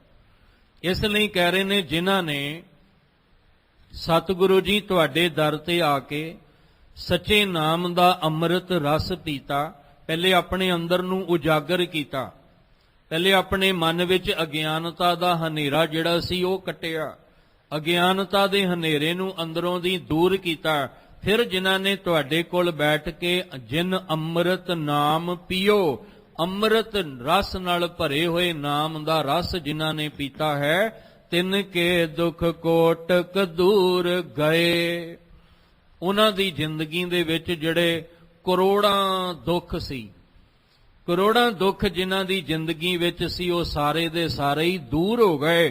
ਇੱਕ ਵੀ ਦੁੱਖ ਉਹਨਾਂ ਦੇ ਕੋਲ ਜੀਵਨ ਵਿੱਚ ਮਨ ਦੇ ਤਲ ਤੇ, ਕਿਉਂਕਿ ਇਹ ਜਿਹੜਾ ਅੰਮ੍ਰਿਤ ਰਸ ਪੀਣਾ ਇਹ ਬਾਹਰੋਂ ਨਹੀਂ ਪੀਤਾ ਜਾਣਾ, ਇਹ ਬਾਹਰੋਂ ਨਹੀਂ, ਇਸ ਰਸਨਾ ਨੇ ਨਹੀਂ ਪੀਣਾ, ਇਹ ਅੰਮ੍ਰਿਤ ਰਸ ਸਾਡੇ ਮਨ ਨੇ ਪੀਣਾ ਹੈ। ਹੁਣ ਤੁਸੀਂ ਆਖੋਗੇ ਜੇ ਮਨ ਨੇ ਅੰਮ੍ਰਿਤ ਪੀਣਾ ਹੈ ਤੇ ਫਿਰ ਸਾਨੂੰ ਖੰਡੇ ਦੀ ਪੌਲ ਕਿਉਂ ਦਿੱਤੀ ਜਾਂਦੀ ਹੈ? ਹੁਣ ਮਨ ਸਾਡਾ ਨਾ ਟੇਢਾ ਮੇਢਾ ਵਿਗੜਿਆ ਬਹੁਤ ਹੈ, ਇਹ ਪੀਂਦਾ ਨਹੀਂ। ਜਿਵੇਂ ਬੱਚੇ ਨੂੰ ਦਵਾਈ ਪਿਆਣੀ ਹੋਵੇ ਨਾ, ਬੱਚੇ ਨੂੰ ਛੋਟੇ ਜਿਹੇ ਨੂੰ, ਤੇ ਉਹ ਭੱਜਦਾ ਹੈ, ਮਾਂ ਪਿੱਛੇ ਪਿੱਛੇ ਹੁੰਦੀ ਹੈ, ਬੱਚਾ ਅੱਗੇ ਅੱਗੇ ਭੱਜਦਾ ਵੀ ਮੈਂ ਨਹੀਂ ਦਵਾਈ ਪੀਣੀ। ਮਾਂ ਕਹਿੰਦੀ ਕਿਵੇਂ ਨਹੀਂ ਪੀਣੀ ਤੂੰ? ਹੁਣ ਉਹ ਕੀ ਕਰਦੀ ਹੈ, ਮਾਂ ਫਿਰ ਉਹਨੂੰ ਚੰਗੀ ਤਰ੍ਹਾਂ ਨਾ ਆਪਣੇ ਪੈਰਾਂ ਆਪਣੇ ਹੱਥਾਂ ਦੇ ਵਿੱਚ ਚੰਗੀ ਤਰ੍ਹਾਂ ਘੁੱਟ ਕੇ ਉਹਨੂੰ ਚੰਗੀ ਤਰ੍ਹਾਂ ਉਹਨੂੰ ਪਕੜ ਲੈਂਦੀ ਹੈ ਤੇ ਉਹਦਾ ਮੂੰਹ ਖੋਲ ਕੇ ਉਹਦੇ ਵਿੱਚ ਉਹ ਦਵਾਈ ਪਾ ਦਿੰਦੀ ਹੈ। ਕਿਉਂ? ਕਿਉਂਕਿ ਪਤਾ ਹੈ ਕਿ ਇਹਦਾ ਭਲਾ ਇਹਦੇ ਵਿੱਚ ਹੀ ਹੋਣਾ ਹੈ। ਹੁਣ ਸਾਡਾ ਮਨ ਵਿਗੜਿਆ, ਟੇਢਾ ਮੇਢਾ ਮਨ ਹੈ, ਕਾਮ ਕ੍ਰੋਧ ਲੋਭ ਮੋਹ ਅਹੰਕਾਰ ਵਿੱਚ, ਇਹ ਕਿੱਥੇ ਨਾਮ ਦਾ ਰਸ ਪੀਂਦਾ ਹੈ? ਇਹ ਨਾਮ ਦਾ ਰਸ ਪੀਂਦਾ ਹੀ ਨਹੀਂ ਪਿਆ। ਸਾਹਿਬ ਕਹਿੰਦੇ ਆ ਫਿਰ ਤੈਨੂੰ ਬਾਹਰੋਂ ਅੰਮ੍ਰਿਤ ਦਾ ਰਸ ਪਿਆਵਾਂ। ਜਦੋਂ ਬਾਹਰੋਂ ਖੰਡੇ ਦੀ ਪੌਲ ਲਏਗਾ ਨਾ ਤੇ ਕੱਲੇ ਮੁਖ ਤੋਂ ਨਹੀਂ, ਤੇਰੇ ਸਿਰ ਦੀ ਚੋਟੀ ਤੋਂ ਵੀ ਅੰਦਰ ਜਾਣਾ ਹੈ। ਜਦੋਂ ਤੇਰੀ ਸਿਰ ਦੀ ਚੋਟੀ ਤੋਂ ਵੀ ਅੰਦਰ ਜਾਏਗਾ ਤੇ ਆਵਾਜ਼ ਵਾਹਿਗੁਰੂ ਜੀ ਆਏਗੀ। ਜਦੋਂ ਤੇਰੇ ਨੇਤਰਾਂ ਵਿੱਚ ਵੀ ਜਦੋਂ ਖੰਡੇ ਦੀ ਪੌਲ ਪਏਗੀ ਤਾਂ ਫਿਰ ਤੇਰੇ ਅੰਦਰੋਂ ਵਾਹਿਗੁਰੂ ਦੀ ਆਵਾਜ਼ ਆਏਗੀ। ਤੇ ਜਦੋਂ ਤੇਰੇ ਮੁਖ ਵਿੱਚ ਖੰਡੇ ਦੀ ਪੌਲ ਪਏਗੀ ਤਾਂ ਤੇਰੇ ਵਾਹਿਗੁਰੂ ਦੀ ਆਵਾਜ਼ ਆਏਗੀ। ਚੋਟੀ ਵਿੱਚ ਵੀ, ਅੱਖਾਂ ਵਿੱਚ ਵੀ ਤੇ ਮੁਖ ਵਿੱਚ ਵੀ ਜਦੋਂ ਅੰਮ੍ਰਿਤ ਗਿਆ ਤੇ ਤੇਰਾ ਮਨ ਆਪੇ ਹੀ ਨਾਮ ਦਾ ਰਸ ਪੀਣ ਲੱਗ ਜਾਏਗਾ। ਤੇਰੇ ਮਨ ਉੱਤੇ ਪ੍ਰਭਾਵ ਇੰਨਾ ਪਏਗਾ ਕਿ ਤੇਰਾ ਮਨ ਅੰਮ੍ਰਿਤ ਨਾਮ ਦਾ ਰਸ ਪੀਏਗਾ। ਕਿਉਂਕਿ ਇੱਕ ਪਾਸੇ ਇਹ ਵੀ ਗੱਲ ਸਾਨੂੰ ਕਲੀਅਰ ਕੀਤੀ ਗਈ ਹੈ, ਘਟ ਹੀ ਮੈਂ ਅੰਮ੍ਰਿਤ ਭਰਪੂਰ ਹੈ। ਅੰਦਰ ਤਾਂ ਅੰਮ੍ਰਿਤ ਭਰਪੂਰ ਹੈ ਪਰ ਮਨਮੁਖਾਂ ਸਾਧ ਨਾ ਪਾਇਆ। ਜਿਹੜੇ ਮਨਮੁਖ ਨੇ ਉਹਨਾਂ ਨੂੰ ਸਵਾਦ ਹੀ ਕੋਈ ਨਹੀਂ ਆਉਂਦਾ, ਕਿਉਂਕਿ ਉਸ ਰਸ ਦੇ ਆਦੀ ਨਹੀਂ, ਉਹ ਤੇ ਹੋਰ ਰਸ ਪੀਣ ਵਾਲੇ ਨੇ। ਮਹਾਰਾਜ ਕਹਿੰਦੇ ਆ ਫਿਰ ਤੈਨੂੰ ਬਾਹਰੋਂ ਖੰਡੇ ਦੀ ਪੌਲ ਦਾ ਰਸ ਦਿਆਂ ਤਾਂ ਕਿ ਤੇਰੇ ਅੰਦਰ ਦਾ ਅੰਮ੍ਰਿਤ ਰਸ ਤੈਨੂੰ ਪ੍ਰਾਪਤ ਹੋ ਜਾਏ। ਤੇਰੀ ਹਾਲਤ ਹੈ ਜਿਉਂ ਕਸਤੂਰੀ ਮਿਰਗ ਨਾ ਜਾਣੇ, ਭਰਮ ਦਾ ਭਰਮ ਭੁਲਾਇਆ। ਤੇਰੀ ਹਾਲਤ ਉਸ ਹਿਰਨ ਤੇ ਕਸਤੂਰੀ ਦੀ ਤਰ੍ਹਾਂ ਹੈ। ਤੂੰ ਵੀ ਸ਼ਿਕਾਰੀਆਂ ਦੇ ਹੱਥ ਆ ਜਾਣਾ ਹੈ। ਤੇ ਇਹ ਸ਼ਿਕਾਰੀ ਨੇ ਜਿਹੜੇ ਸਾਨੂੰ ਸ਼ਰਬਤ ਘੋਲ ਕੇ ਪਿਆ ਕੇ ਤੇ ਕਹਿੰਦੇ ਅੰਮ੍ਰਿਤ ਹੈ, ਤੇ ਅਸੀਂ ਵੀ ਭੱਜੇ ਜਾਂਦੇ ਆ। ਅਸੀਂ ਕਹਿੰਦੇ ਆ ਵੀ ਫਲਾਣਾ ਤੇ ਸ਼ਰਬਤ ਪਿਆਉਂਦਾ, ਬੜਾ ਮਿੱਠਾ, ਬੜਾ ਸਵਾਦ ਹੈ। ਉਹ ਕਾਹਦਾ? ਉਹ ਤੇ ਤੁਸੀਂ ਘਰ ਵੀ ਬਣਾ ਸਕਦੇ ਹੋ ਬਹਿ ਕੇ, ਪਰ ਜਿਹੜੀ ਖੰਡੇ ਦੀ ਪੌਲ ਤਿਆਰ ਹੋਣੀ ਹੈ ਉਹ ਘਰ 'ਚ ਬਹਿ ਕੇ ਨਹੀਂ ਜੇ ਤਿਆਰ ਹੋਣੀ। ਉਸ ਖੰਡੇ ਦੀ ਪੌਲ ਵਾਸਤੇ ਪਹਿਲਾਂ ਕਮਾਈ ਵਾਲੇ ਜੀਵਨ ਚਾਹੀਦੇ ਨੇ, ਜਿਨ੍ਹਾਂ ਨੇ ਪੰਜਾਂ ਪਿਆਰਿਆਂ ਦਾ ਰੋਲ ਅਦਾ ਕਰਨਾ ਹੈ, ਜਿਨ੍ਹਾਂ ਨੇ ਆਪਣੇ ਜੀਵਨ ਦੇ ਅੰਦਰ ਕਮਾਈਆਂ ਕੀਤੀਆਂ ਨੇ ਔਰ ਉਹਨਾਂ ਪੰਜਾਂ ਪਿਆਰਿਆਂ ਨੇ ਉਹ ਪੰਜਾਂ ਪਿਆਰਿਆਂ ਦਾ ਰੋਲ ਅਦਾ ਕਰਨਾ। ਤੇ ਜਦੋਂ ਪੰਜਾਂ ਪਿਆਰਿਆਂ ਨੇ ਰੋਲ ਅਦਾ ਕਰਨਾ ਫਿਰ ਉਹਦੇ ਵਿੱਚ ਵੱਖ-ਵੱਖ ਨਹੀਂ ਹੁੰਦੇ, ਉਹਦੇ ਵਿੱਚ ਆਪ ਕਲਗੀਧਰ ਪਾਤਸ਼ਾਹ ਹੁੰਦੇ ਨੇ, ਉਹਦੇ ਵਿੱਚ ਆਪ ਗੁਰੂ ਵਰਤ ਰਿਹਾ ਹੁੰਦਾ ਹੈ। ਦੇਖੋ ਜਦੋਂ ਅੰਮ੍ਰਿਤ ਦਾ ਬਾਟਾ ਤਿਆਰ ਹੋਣਾ ਤੇ ਜਿਹੜੇ ਅੰਮ੍ਰਿਤ ਦੇ ਅਵਲਾਖੀ ਹੁੰਦੇ ਨੇ ਉਹਨਾਂ ਨੂੰ ਤਾਂ ਸੋਧਿਆ ਜਾਂਦਾ ਹੈ, ਉਹਨਾਂ ਤੋਂ ਪੁੱਛਿਆ ਜਾਂਦਾ ਵੀ ਜਿਹੜੇ ਅੰਮ੍ਰਿਤ ਦੇ ਅਵਲਾਖੀ ਆਏ ਹੋ ਤੁਸੀਂ ਕੀ ਕਾਰਨ ਕਰਕੇ, ਕੀ ਸੋਚ, ਕੀ ਵਿਚਾਰ ਲੈ ਕੇ ਤੁਸੀਂ ਆਏ ਹੋ। ਪਰ ਉਸ ਤੋਂ ਪਹਿਲਾਂ ਪੰਜਾਂ ਪਿਆਰਿਆਂ ਦੇ ਰੂਪ ਵਿੱਚ ਸੁਧਾਈ ਹੁੰਦੀ ਹੈ। ਪਹਿਲਾਂ ਗੁਰੂ ਗ੍ਰੰਥ ਸਾਹਿਬ ਜੀ ਅੱਗੇ ਖਲੋ ਕੇ ਪੰਜਾਂ ਪਿਆਰਿਆਂ ਨੇ ਆਪਣੀ ਜੀਵਨ ਦੀ ਸੁਧਾਈ ਕਰਕੇ ਅਰਦਾਸ ਕਰਨੀ ਹੁੰਦੀ ਹੈ ਕਿ ਗੁਰੂ ਸਾਹਿਬ ਅਸੀਂ ਪੰਜ ਤਾਂ ਆਏ, ਪਰ ਪੰਜਾਂ ਪਿਆਰਿਆਂ ਦਾ ਜਿਹੜਾ ਰੂਪ ਅੱਜ ਤਨ ਤੇ ਸਜਾਇਆ ਹੈ ਇਹ ਹੁਣ ਸਾਡਾ ਨਹੀਂ, ਇਹ ਹੁਣ ਤੁਹਾਡਾ ਹੈ। ਹੁਣ ਪੰਜਾਂ ਵਿੱਚ ਤੁਸੀਂ ਵਰਤਣਾ ਹੈ। ਤੇ ਜਦੋਂ ਉਹ ਪੰਜਾਂ ਵਿੱਚ ਵਰਤ ਕੇ ਬਾਟਾ ਤਿਆਰ ਹੁੰਦਾ ਹੈ ਨਾ ਅੰਮ੍ਰਿਤ ਦਾ, ਤੇ ਇਹ ਮਤ ਸਮਝਣਾ ਕਿ ਇਹ ਫਲਾਣੇ ਮੁਹੱਲੇ ਦਾ, ਇਹ ਫਲਾਣੇ ਥਾਂ ਦਾ ਨਹੀਂ, ਉੱਥੇ ਪੰਜਾਂ ਦੇ ਵਿੱਚ ਗੁਰੂ ਆਪ ਵਰਤਦਾ ਹੈ। ਤੇ ਜਿਹੜਾ ਫਿਰ ਉਥੇ ਭਾਵਨਾ ਨਾਲ ਅੰਮ੍ਰਿਤ ਦੀ ਦਾਤ ਲੈਂਦਾ ਹੈ ਉਹਦੇ ਅੰਦਰੋਂ ਫਿਰ ਵਾਹਿਗੁਰੂ ਦੀ ਆਵਾਜ਼ ਜਿਹੜੀ ਹੈ ਉਹ ਆਉਂਦੀ ਹੈ। ਇਸ ਲਈ ਸਾਹਿਬ ਕਹਿੰਦੇ ਇੱਕ ਅੰਮ੍ਰਿਤ ਤੈਨੂੰ ਬਾਹਰੋਂ ਦਿੱਤਾ, ਉਹ ਕਾਹਦੇ ਲਈ? ਤਾਂ ਕਿ ਤੇਰਾ ਮਨ ਵੀ ਅੰਦਰੋਂ ਅੰਮ੍ਰਿਤ ਦਾ ਰਸ ਪੀਣ ਲੱਗ ਜਾਏ, ਤੇਰੇ ਮਨ ਨੂੰ ਅੰਦਰੋਂ ਅੰਮ੍ਰਿਤ ਦੇ ਰਸ ਦੀ ਪ੍ਰਾਪਤੀ ਹੋ ਜਾਏ।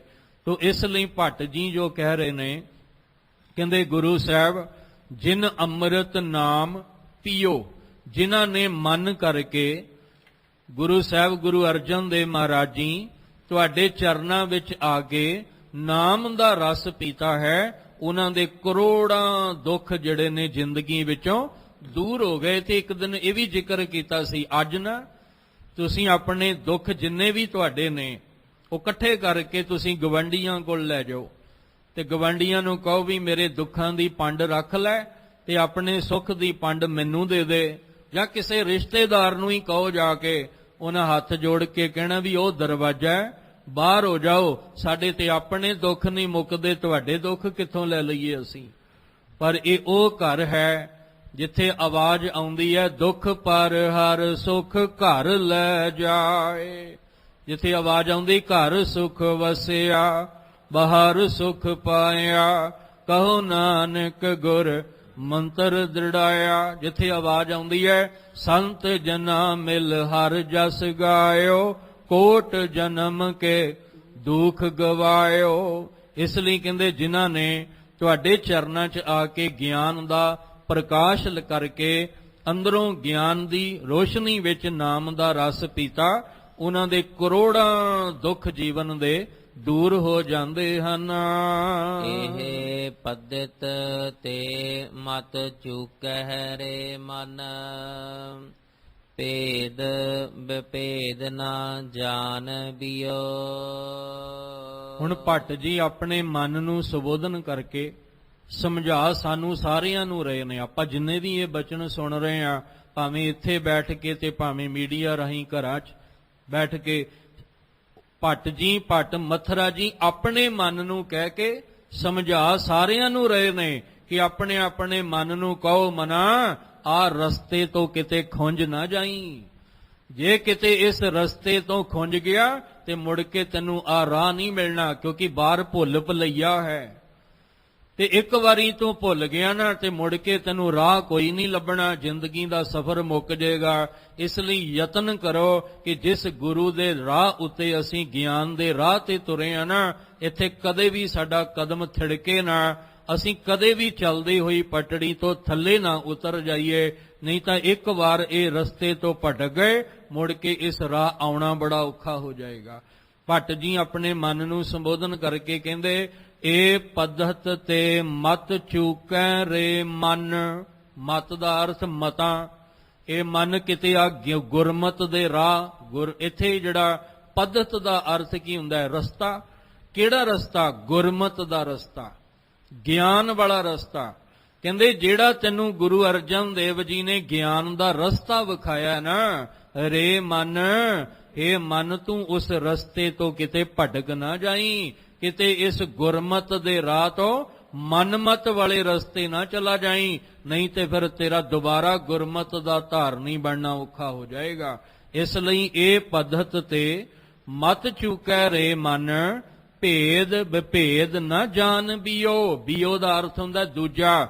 ਕਹਿੰਦੇ ਕਿਸੇ ਹੋਰ ਨੂੰ, ਦੂਜੇ ਨੂੰ ਆਪਣੇ ਜੀਵਨ ਦਾ ਆਸਰਾ ਨਾ ਬਣਾ ਲਈ, ਕਿਉਂਕਿ ਗੁਰ ਅਰਜਨ ਤੇ ਨਿਰੰਕਾਰ ਦੇ ਵਿੱਚ ਕੋਈ ਵੀ ਜਿਹੜਾ ਭੇਦ ਵਿਭੇਦ, ਜਿਵੇਂ ਆਪਾਂ ਕਹਿੰਦੇ ਆ ਵਿੰਨ ਭਿੰਨ, ਆਮ ਸ਼ਬਦ ਅਸੀਂ ਸੁਮੇਲ ਵਾਲੇ ਵਰਤਦੇ ਆ ਨਾ, ਇਸੇ ਤਰ੍ਹਾਂ ਹੈ ਭੇਦ ਵਿਭੇਦ। ਕਹਿੰਦੇ ਜੇ ਅਕਾਲ ਪੁਰਖ ਪਰਮੇਸ਼ਵਰ ਵਿੱਚ ਤੇ ਗੁਰੂ ਅਰਜਨ ਦੇਵ ਮਹਾਰਾਜ ਜੀ ਵਿੱਚ ਕੋਈ ਅੰਤਰ ਨਹੀਂ ਹੈ, ਕੋਈ ਫਰਕ ਨਹੀਂ ਹੈ। ਜੇ ਅਕਾਲ ਪੁਰਖ ਦਾ ਦੀਦਾਰ ਕਰਨਾ ਤਾਂ ਗੁਰੂ ਅਰਜਨ ਦੇਵ ਮਹਾਰਾਜ, ਤੇ ਜੇ ਗੁਰੂ ਅਰਜਨ ਦੇਵ ਪਾਤਸ਼ਾਹ ਦਾ ਦੀਦਾਰ ਅਕਾਲ ਪੁਰਖ ਦੇ ਵਿੱਚੋਂ ਹੋਣਾ ਹੈ। ਕਿਉਂ? ਕਿਉਂਕਿ ਭੰਨ ਮਥਰਾ ਕਛ ਭੇਦ ਨਹੀਂ, ਗੁਰ ਅਰਜਨ ਪਰਤਖ ਹਰ। ਇਸ ਲਈ ਕਹਿੰਦੇ ਮਨਾ ਕਿਤੇ ਦੂਜੇ ਰਾਹ ਭਟਕ ਨਾ ਜਾਈ, ਆ ਗੁਰਮਤ ਵਾਲਾ ਰਸਤਾ ਜਿਹੜਾ ਗੁਰੂ ਨੇ ਵਿਖਾਇਆ, ਇਸ ਰਾਹ ਉੱਤੇ ਚੱਲਣਾ ਕਰ। ਪ੍ਰਤਾਸ਼ ਹਿਰਦੈ ਗੁਰ ਅਰਜੁਨ ਕੈ, ਹਰ ਪੂਰਨ ਬ੍ਰਹਮ ਨਿਵਾਸ ਲਿਓ। ਭੱਟ ਮਥਰਾ ਜੀ ਆਪਣੇ ਮਨ ਨੂੰ ਸਮਝਾਉਂਦਿਆਂ ਕਹਿ ਰਹੇ ਨੇ, कि तू किते इस रस्ते तो भटक ना जाई। पुछया क्यों? कहंदे प्रतੱਛ हृदय गुरु अर्जन कै। गुरु अर्जन दे महाराज दे हिरदे विच प्रतੱਖ तौर ते हर पूਰਨ ब्रह्म निवास लियो। हरि ਜਿਹੜਾ ब्रह्म ਦੇ रूप ਵਿੱਚ ਬ੍ਰਹਿਮੰਡ ਦੀ ਰਚਨਾ ਕਰਨ ਵਾਲਾ ਹੈ, ਇੱਕੋ ਹੀ ਪੂਰਾ ਹੈ, ਬਾਕੀ ਸਾਰੇ ਅਧੂਰੇ ਹੀ ਨੇ। ਆਦ ਪੂਰਨ, ਮੱਧ ਪੂਰਨ, ਅੰਤ ਪੂਰਨ ਪਰਮੇਸ਼ਰ ਹੈ। ਕਹਿੰਦੇ ਇੱਕੋ ਹੀ ਜਿਹੜਾ ਪੂਰਨ ਤੌਰ ਤੇ ਪਰਮੇਸ਼ਵਰ ਹੈ, ਉਹਨੇ ਗੁਰੂ ਅਰਜਨ ਦੇਵ ਪਾਤਸ਼ਾਹ ਦੇ ਹਿਰਦੇ ਵਿੱਚ ਆ ਕੇ ਨਿਵਾਸ ਕੀਤਾ ਹੈ। ਤੇ ਗੁਰੂ ਅਰਜਨ ਦੇਵ ਜੀ ਅੱਗੋਂ ਗੁਰਬਾਣੀ ਦੇ ਰਾਹੀਂ ਹਰ ਇੱਕ ਦੇ ਮਨ ਨੂੰ ਉਜਾਗਰ ਕਰਕੇ ਉਹਨੂੰ ਮਨਮਤ ਵਿੱਚੋਂ ਕੱਢ ਕੇ ਗੁਰਮਤ ਦਾ ਧਾਰਨੀ ਬਣਾ ਕੇ ਕਹਿ ਰਹੇ ਨੇ ਕਿ ਜੇ ਤੂੰ ਇਸ ਰਾਹ ਉੱਤੇ ਮਨ ਕਰਕੇ ਤੁਰੇਂਗਾ ਤਾਂ ਗੁਰਮੁਖ ਜਨਮ ਸਵਾਰ, ਦਰਗਾਹ ਚੱਲਿਆ ਸੱਚੀ ਦਰਗਾਹ ਜਾਏ, ਸੱਚਾ ਪਿੜ ਮੱਲਿਆ ਦੀ ਅਵਸਥਾ ਬਣੇਗੀ। ਜੋ ਭੱਟ ਜੀ ਨੂੰ ਸਮਝ ਆਈ, ਜੋ ਅਨੁਭਵ ਕੀਤਾ, ਅਸੀਂ ਵੀ ਗੁਰਬਾਣੀ ਦਾ ਪਾਠ ਸਤ ਸੰਗਤ ਕਰਦਿਆਂ ਅਨੁਭਵ ਕਰੀਏ ਕਿ ਗੁਰੂ ਗ੍ਰੰਥ ਸਾਹਿਬ ਮਹਾਰਾਜ ਜੀ ਸਾਡੇ ਵਾਸਤੇ ਕੀ ਨੇ।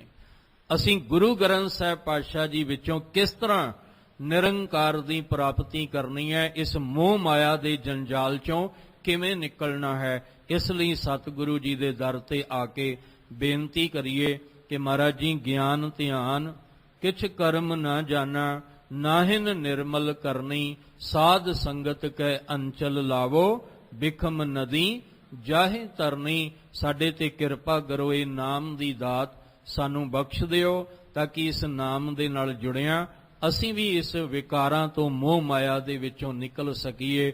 ਆਪਣਾ ਨਾਮ ਦੇਹੋ, ਆਪਣਾ ਨਾਮ ਦੇਹੋ।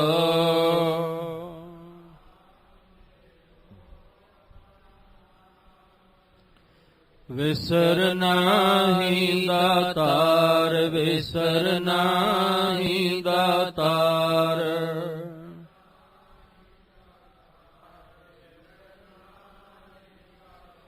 ਆਪਣਾ ਨਾਮ ਦੇਹੋ, ਆਪਣਾ ਨਾਮ ਦੇਹੋ।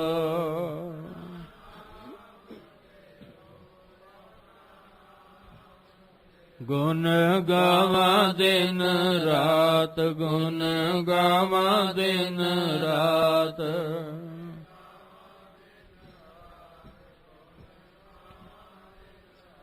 ਨਾਨਕ ਚਾਹੋਏ ਹੋ, ਨਾਨਕ ਚਾਹੋਏ ਹੋ।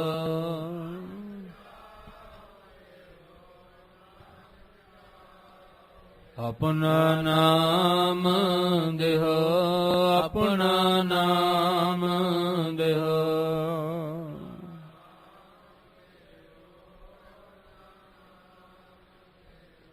ਸਤਿਗੁਰੂ ਗੁਰੂ ਗ੍ਰੰਥ ਸਾਹਿਬ ਪਾਤਸ਼ਾਹ ਜੀ ਦੇ ਚਰਨਾਂ 'ਚ ਪਿਆਰ ਭਾਵਨਾ ਅਦਬ ਸਤਿਕਾਰ ਨਾਲ ਆ ਕੇ ਜੁੜੀਏ, ਬਾਣੀ ਬਾਣੀ ਨਿਤਨੇਮ ਦੇ ਧਾਰਨੀ ਬਣੀਏ, ਤਾਂ ਕਿ ਲੋਕ ਸੁਖੀਏ ਪਰਲੋਕ ਸੁਹੇਲੇ, ਨਾਨਕ ਹਰਿ ਪ੍ਰਭ ਆਪੇ ਮਿਲੇ ਜੀਵਨ ਬਣ ਸਕੇ।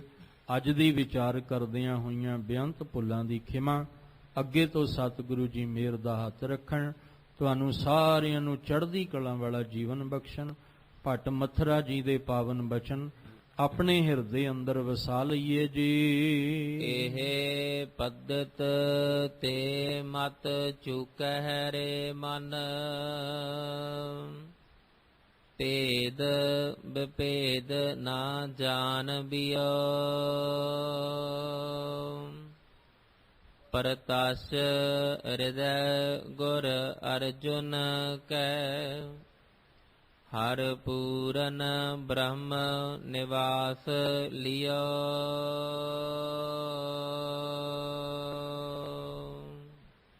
ਵਾਹਿਗੁਰੂ ਜੀ ਕਾ ਖਾਲਸਾ, ਵਾਹਿਗੁਰੂ ਜੀ ਕੀ ਫਤਿਹ।